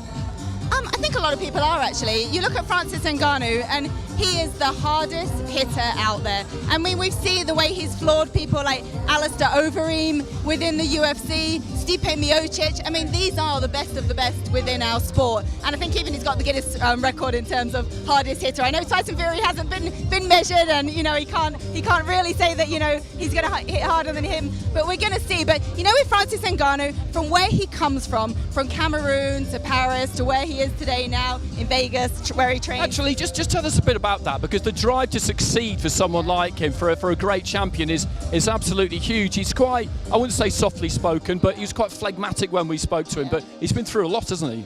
He has, and I think in his mind, if he can survive what he survived to get to where he is today, he can do anything. And that's what he believes. And I just spoke to him a moment ago, actually, as he came out from this open workout. And I said, what's been Mike Tyson's advice to you? And he just said, Tyson Fury is just a man. Any man can be beaten. And my opinion is, I think Francis, don't necessarily try to box Tyson Fury. Go out there, make it awkward, make it uncomfortable. When you haven't fought an MMA fighter that boxes differently, there's a case to be made that those punches are come at you from different angles, and Tyson Fury has acknowledged that himself as well. So I think Francis has to use what he's got, what's different about him, and if he can land, he can knock anybody out. Okay, thanks very much. Thanks very much. Nice insight there from Caroline Pierce. I just pounced on my old pal Ziad Al Mayouf, who we spoke to yesterday again, the leading light of Saudi pro boxing at the moment. We've seen you a few times over the last few months. You're nice and close to the ring here, having a look at Tyson Fury. Is he a fighter you particularly admire? It's just something you never get used to. Tyson Fury has always been an idol of mine, and I grew up watching him on TV. And for him to be in Saudi Arabia in front of my eyes right now is something, if you would have asked me 5, 7, 8 years ago and you told me would it happen, I'd tell you it's impossible. But anything is possible, I guess, in Saudi Arabia now and today. Okay, Ziad, always good to see you. Always good to see you. Okay, let's just have a little bit more of a scout around. I think I might have run out of gas at ringside here just for the moment, so I'll slide back in behind the desk with Dev. Unless I've missed anyone out, I don't think I have. Everybody thronged around ringside, Dev. I thought you was going to have to kick off there. He gave you a bit of a second take. I thought, are we going to see the fist fly of Andy Clark? But thankfully not. You've left it to the boxers. Well done. No, it's always good fun. It's good fun roaming around, because there's people who turn up at ringside during fight week, during fight night, who you don't necessarily expect to see, and that's another aspect about Saturday, isn't it? The list of names that we've been hearing who are going to be there in attendance it's something else. Yeah, I mean it's unbelievable. It's everyone who's everyone. Do you know what I mean? It's a case of some of the best heavyweights ever will actually be here watching this. And hey, you may be looking at one of the best heavyweights ever. I think you are. He will tell you that he is the #1 heavyweight of all time. I've seen interviews with him this week saying that he doesn't believe anyone can beat him. And I think we're getting a bit of an indication here. We saw him do pads orthodox. We saw him do pads effortlessly in southpaw as well. 6'9", 270, 280 pounds. A nightmare to fight for any heavyweight. Yes, and that's always been the thing with him. And what's been really interesting about the last few years has not just been the comeback, which was incredible really, but it was a stylistic shift after that first fight against Wilder. I'll be honest, I thought he took that fight against Wilder the first time around as a cash out. I think he'd had the first couple of comeback fights. He maybe felt it wasn't really there anymore, or he didn't really know if it was there anymore, and decided that he needed to take a big one for big money in case he lost to a lesser name in the meantime, and then that fight would disappear. And I was totally and utterly wrong. And sometimes being wrong is the best thing, because this sport has a way of surprising you. And sitting up late tonight watching that was incredible. Watching him get off the canvas in the 12th round was absolutely extraordinary. And off the back of that, you felt like he would think, well, I so nearly beat him coming back in from the cold. I just need to box like I did again, have some better judging at ringside, and I can beat him. But instead, he decided to completely change style, change trainer, told us he was going to go out on a seek and destroy mission. I didn't really believe him, and then on the night, he absolutely battered Deontay Wilder. It was, again, it was quite something to see, and that's how he's gone about it since. Yeah, he absolutely has. And in terms of that first Deontay Wilder fight, I think sometimes, just like in boxing, as we see him bad up Sugar Hill there, sometimes it's all about timing. Tyson Fury spent so long out of the ring, had a couple of warm-up fights. He was really a sleeping giant in the heavyweight division. The guys at the top were Deontay Wilder, they were Anthony Joshua, but they weren't fighting each other. An opening opened up. Tyson Fury was there, he said, I'll fight him, and he walked right towards the fire that is Deontay Wilder. And hey, over 3 fights, he most certainly put that fire out. I think he's proved his worth in terms of that trilogy will be remembered for decades and decades to come.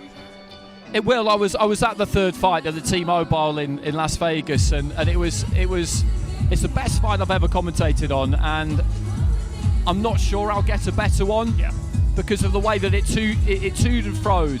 To have a truly great fight, it has to go one way and then the other. Wilder started fairly well, I thought, getting on the jab. He was heavier for that fight than we'd seen him previously, but then he got put down, and you thought to yourself, okay, here we go again. And then in the next round, he got up and put Tyson down twice. Yeah. And the second time, he's kind of staring, not exactly vacantly out of the ring, but he was staying down, waiting for his faculties to come back before he got back up. And this is the amazing thing about these athletes, is that they have that ability to hear the count, realise where they are physically and mentally, that they're not ready, but 2 seconds later they can be. And he managed to get through it. Yeah. And then just took over again. But right the way up until the very end, Wilder was capable of hurting him. He did hurt him towards the end of the 10th, I think, before really in the 11th, Deontay Wilder collapsed through exhaustion. And I had enormous admiration for him that night, because to come back and fight the way he did after what happened to him in the second fight, we talked about it with Joseph Parker earlier on, Wilder showed us that he has got that dog.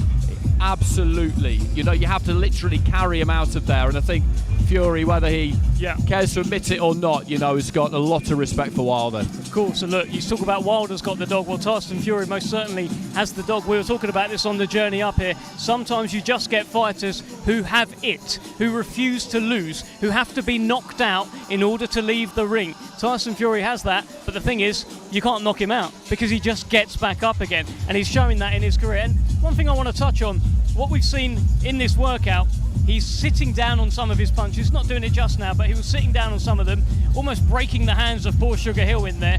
And I guess that's the new style of Tyson Fury, the one that boxed Vladimir Klitschko back in 2015, fleet of foot, moving about, boxing moving. It feels like we don't see that guy anymore. This is now a 20-stone destroyer. Yeah, exactly.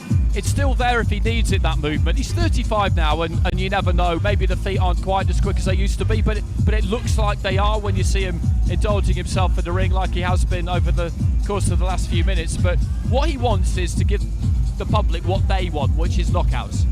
So that's what boxing's about. Yeah. That's the currency of boxing, is the knockout. It's a brutal thing, and when you see one at ringside sometimes, it can make you wince. But let's not pretend.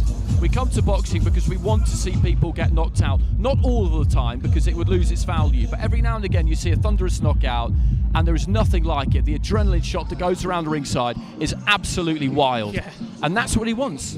That's what he wants to give people. Well, that is now what he is delivering. He is on a streak of knockouts. Of course, Derek Chisora was just stopped. Before that, Dillian Whyte was just stopped. Deontay Wilder has been stopped twice.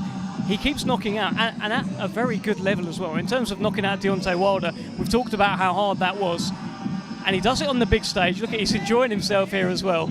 If ever there was a man born for this stage, I think we're looking at him, Andy. It is Tyson Fury.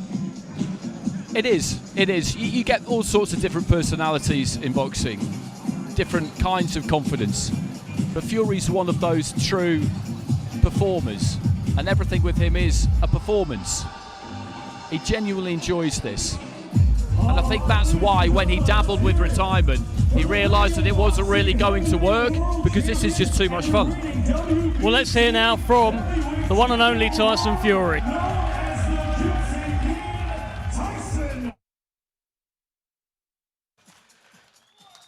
Tyson, what would you like to say to all the great boxing fans watching around the world? Are you ready for a war? I'd just like to say to everybody as well, thank you for turning out to see me tonight in the great kingdom of Saudi Arabia. What a place. How about this? I'm on fire. I feel fantastic. I'm 35 years young, and I'm ready to knock a motherfucker out. Get up!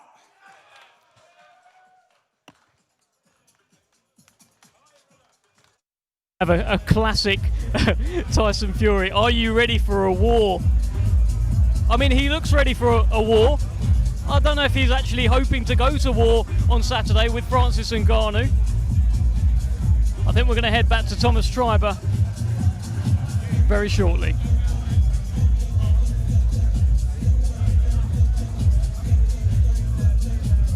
Well, we're hoping to grab a quick chat with Tyson Fury. Once he's done here, he's worked up a bit of a sweat. A nice little workout for him. We talked about how Francis Ngannou didn't want to show anyone anything. Tyson showed us a little bit, right?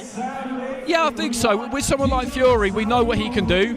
Basically, we know that he can do everything, and that's not just trying to flatter him, that's just a fact. He can do it any which way. He's demonstrated that, so he can get up in there, and there don't need to be any games. He doesn't need to try and play with anybody. If anything, he could try and intimidate his opponent by showing him the full array.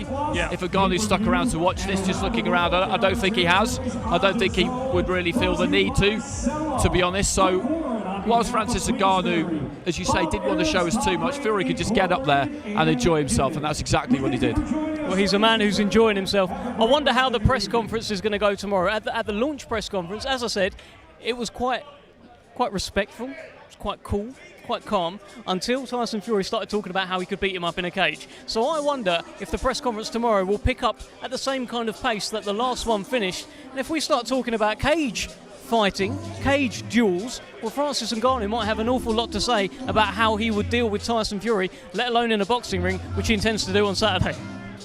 I think Fury's the kind of guy, basically, whatever context he's in, he wants somebody to come back at him. He wants a tussle.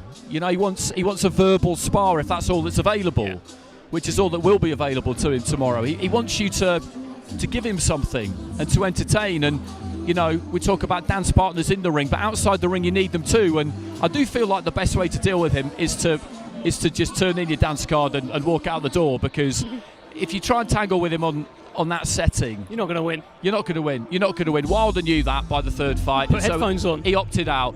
Dillian White knew that, so he never turned up for anything.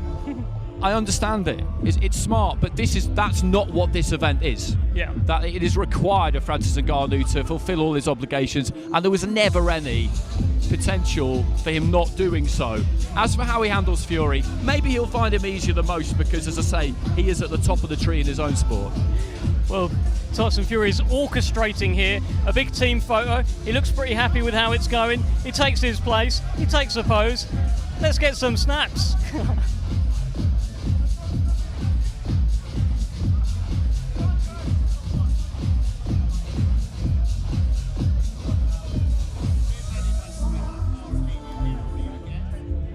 Now that is a solid team. You can see there Joseph Parker, part of the camp. Tommy Fury, of course, with a tank top on. Big Brendan, big security, who follows him everywhere he goes. It's a big team. They got a big task. They got a big few months ahead of them. If, of course, we've got Ngannou on Saturday, and all the talk is about Alexander Usyk at the end of the year as well. This team, this man, they're going to be very, very busy indeed. They are, and talking to his dad, John Fury, his take on it was, look, as far as we're concerned, December the 23rd doesn't even exist. I understand that as an approach, as a policy, it's a sound one, but it doesn't really work. It's impossible, because we do know about December the 23rd, and you can try and put it out of your mind as much as you like, but it's there, it's a real thing. But I don't expect it to have too much bearing, but I do think, as discussed with Tommy, that it will mean that there will be no playing in there. There will be no playing in there, because he needs to just take care of business and move on. Absolutely that. And we see Tyson Fury getting a few selfies in.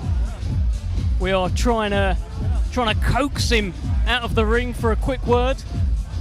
He's already addressed the crowd here. He has told them, well, he has asked them, are you ready for a war? The crowd responded essentially yes with a roar. I think the crowd are ready for a bit of a war. I don't know if we'll get one. I'm not sure what we're going to get on Saturday. But the one thing with Tyson Fury is you just never know. And there's so much intrigue.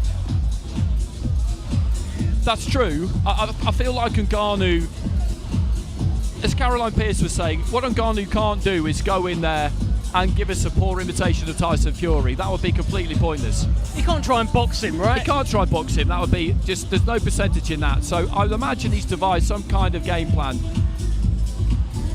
which he feels will upset Fury, confuse Fury, and then he's just going to have to try and unload.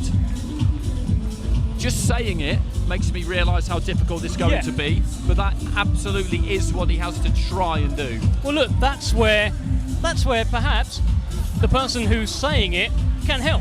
I'm sure, Andy Clark, if you told me, oh, you got to do this, you got to do that, maybe it won't have the same impact as Mike Tyson telling him what he's got to do. So I guess, every inch counts, right? Every little helps. And I'd rather have Mike Tyson in my corner for a task like that than not have him.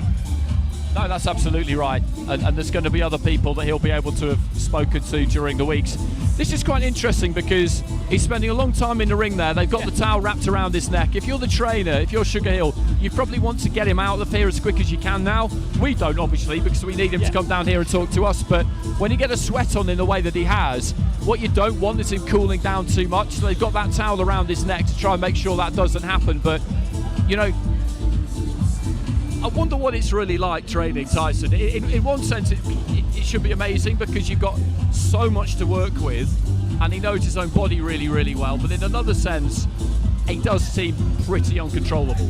Yeah, well, I think Tyson Fury is going to come and join us. We've got our man on the ground, Matt Rich, directing, trying to bring him in. And I think we will hear from the Gypsy King, from the WBC World Heavyweight Champion, very, very shortly. I think he's got a few gloves to sign, a few babies to kiss, as you do as a World Heavyweight Champion. Photos here and there. Selfies galore, but you expect that. If you are Tyson Fury, you are going to be stopped at every corner, every moment for a photo. And let's have a chat with the man himself. Tyson, how are you? Oh, absolutely fantastic. What a pleasure to be here tonight with you guys. You look like you love that. Absolutely loved listen, it. I'm having fun in there. It's what it's about, winning heavyweight champion of the world, in his element, having fun, in Saudi Arabia, in the sunshine, in the heat. Doesn't get any better. I didn't think we were going to get you out of the ring because you did about 20 minutes at the end. There was like, we're going to bring him in. We're going to bring him in. I was like, when? You was enjoying it in the ring afterwards. Yeah, I was enjoying myself. We're in fight week. I'm all rested and I'm all energised. I'm ready to rock and roll. I feel like I'm rewinding the clock back to my earlier days. Did you watch Francis Ngannou's workout? I didn't know. It doesn't really bother me what he does, to be fair. Well, he didn't show anything. I'm the best version of me, and if he can deal with that, good luck to him. He didn't really show us anything, did he, Andy? No, not particularly. We spoke to him afterwards and he said that he deliberately wasn't, doing too much. And when we spoke to him yesterday, he said that he hasn't really studied you too much. He's just been concentrating on himself as well. It's usually the best idea. But I'm in there floating like a butterfly. 19 stone, can you believe that? And 6'9". I'm moving like that. Wow, that's shocking. It's not fair, is it, really? There was a moment in there, Tyson, where I saw you do a little bit of this, a little bit of red rag to the bull. Is that what's happening on Saturday? That's what's happening. He's the bull, I'm the matador. 99.99% of the time, the matador wins.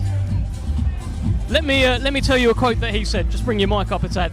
He said that he's doing you a favour, by the way, by having this fight with you because you wouldn't go over to the MMA world and fight him there. So him coming here is doing you a favour. Thoughts? Okay, that's a good quote, but let me give you a quote now. Francis Ngannou is a big fat sausage. How about that? Have we ever seen the man take his top off? No. He's a big fat sausage. I kind of suspect he's probably in quite good shape though, isn't he? I think he's a big fat sausage. That's why he won't take his top off. He's embarrassed of his body. Well, I guess we're going to find out. Honestly, believe it. We'll find if it out. was up to Francis, he would fight me with his t-shirt on. Facts. I think he's in great shape. He looked in tremendous shape. I don't. I think he's a big fat sausage. You want to see a man in good shape? Hold that. Come on, let's see it. This is a man in good shape. Ready to do fucking 30 rounds. That's a man in good shape there.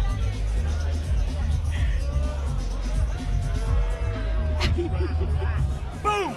That's a man in shape. That's what you call shape. This man is fit for 25 rounds, non-stop. That's fit. Anyone who's saying that you haven't taken this fight seriously, well, look at the shape you're in now. Compare it to what you were in at the press conference. Look at the shape I'm in. I'm ripped. I'm an Adonis, and I'm ready for a fight. Tyson, we won't keep you any longer. I know you're ready for a fight. Tell me one thing though. You asked everyone here, are you ready for a war? Are you expecting a war? Yeah, if it's not, then I'll be disappointed. I told you that already. I've trained for 12, well, I've got to say 12 rounds, because I'm a 12-round fighter, but 10 rounds or less. And if it's anything easier, then I've had an easy night. But if not, then I'm prepared for battle, no matter how I get it. I don't think I've ever seen anyone enjoy fight week more than you. Nobody. This is your addiction, isn't it? Yes, I am addicted. I'm 35 years old. I've got in excess of 150 million in my account. I don't need to be here to box. I love this, and I get paid for it. Come on! Drop that mic, Tyson. Peace out. Off you go. WBC and lineal world heavyweight champion, the one and only Tyson Fury. I mean, if ever anyone is born for fight week, I mean, it's him, right? Yeah, it is, and you know, his mental health struggles have been well documented, and he's admitted that he needs boxing. He needs the focus of it, he needs the ambition of it, he needs all of it, basically. Retirement didn't work for him because he missed it too much. Yeah. And whilst you're still able to do it, and he is still very much able to do it, why not keep doing it? Why not keep We always doing want to it? see our stars go out at the top or as near to it as we can get, but very often that isn't what happens. But there's no sign of his powers waning just yet. There really isn't. You know, he's 35, but he's in good shape, and who knows how long he could go on for. You said something there. You said he needs boxing. I think at the moment, boxing needs him too. Yeah, I'd agree. A larger-than-life character. And Andy, look, pleasure as always having you with me here today. Great little walking around as well. Really like that. Thanks. We'll do more of that during the week. And that is us here today. We've seen Tyson Fury, we've seen Francis Ngannou, we've seen them have a little workout. Tyson Fury has asked the crowd here, are you ready for a war? They sort of said yes. He's certainly ready for a war. Are you ready for this? Saturday night, we're going to find out who the baddest man on the planet is. Stick with us across social media for all the build-up. Thank you.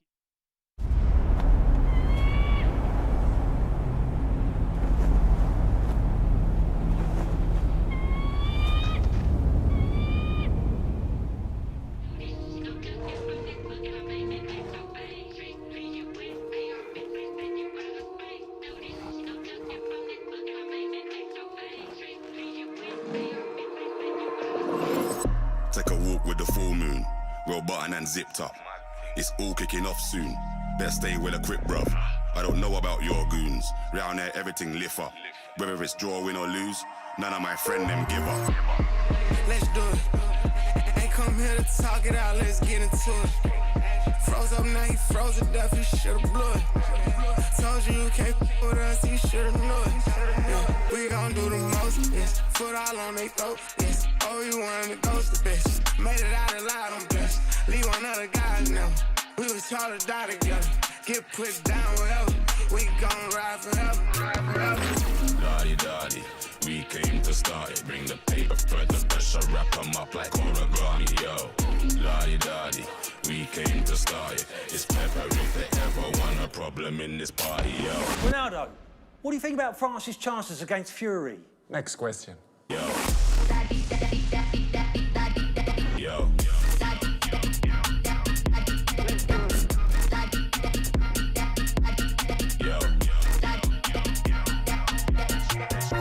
Headshot in the middle of the battlefield. Don't mind going out like that. But guess what? Man's out here gunning. Black bandana gang, no white flags. But I'm devilish, I walk with a trident.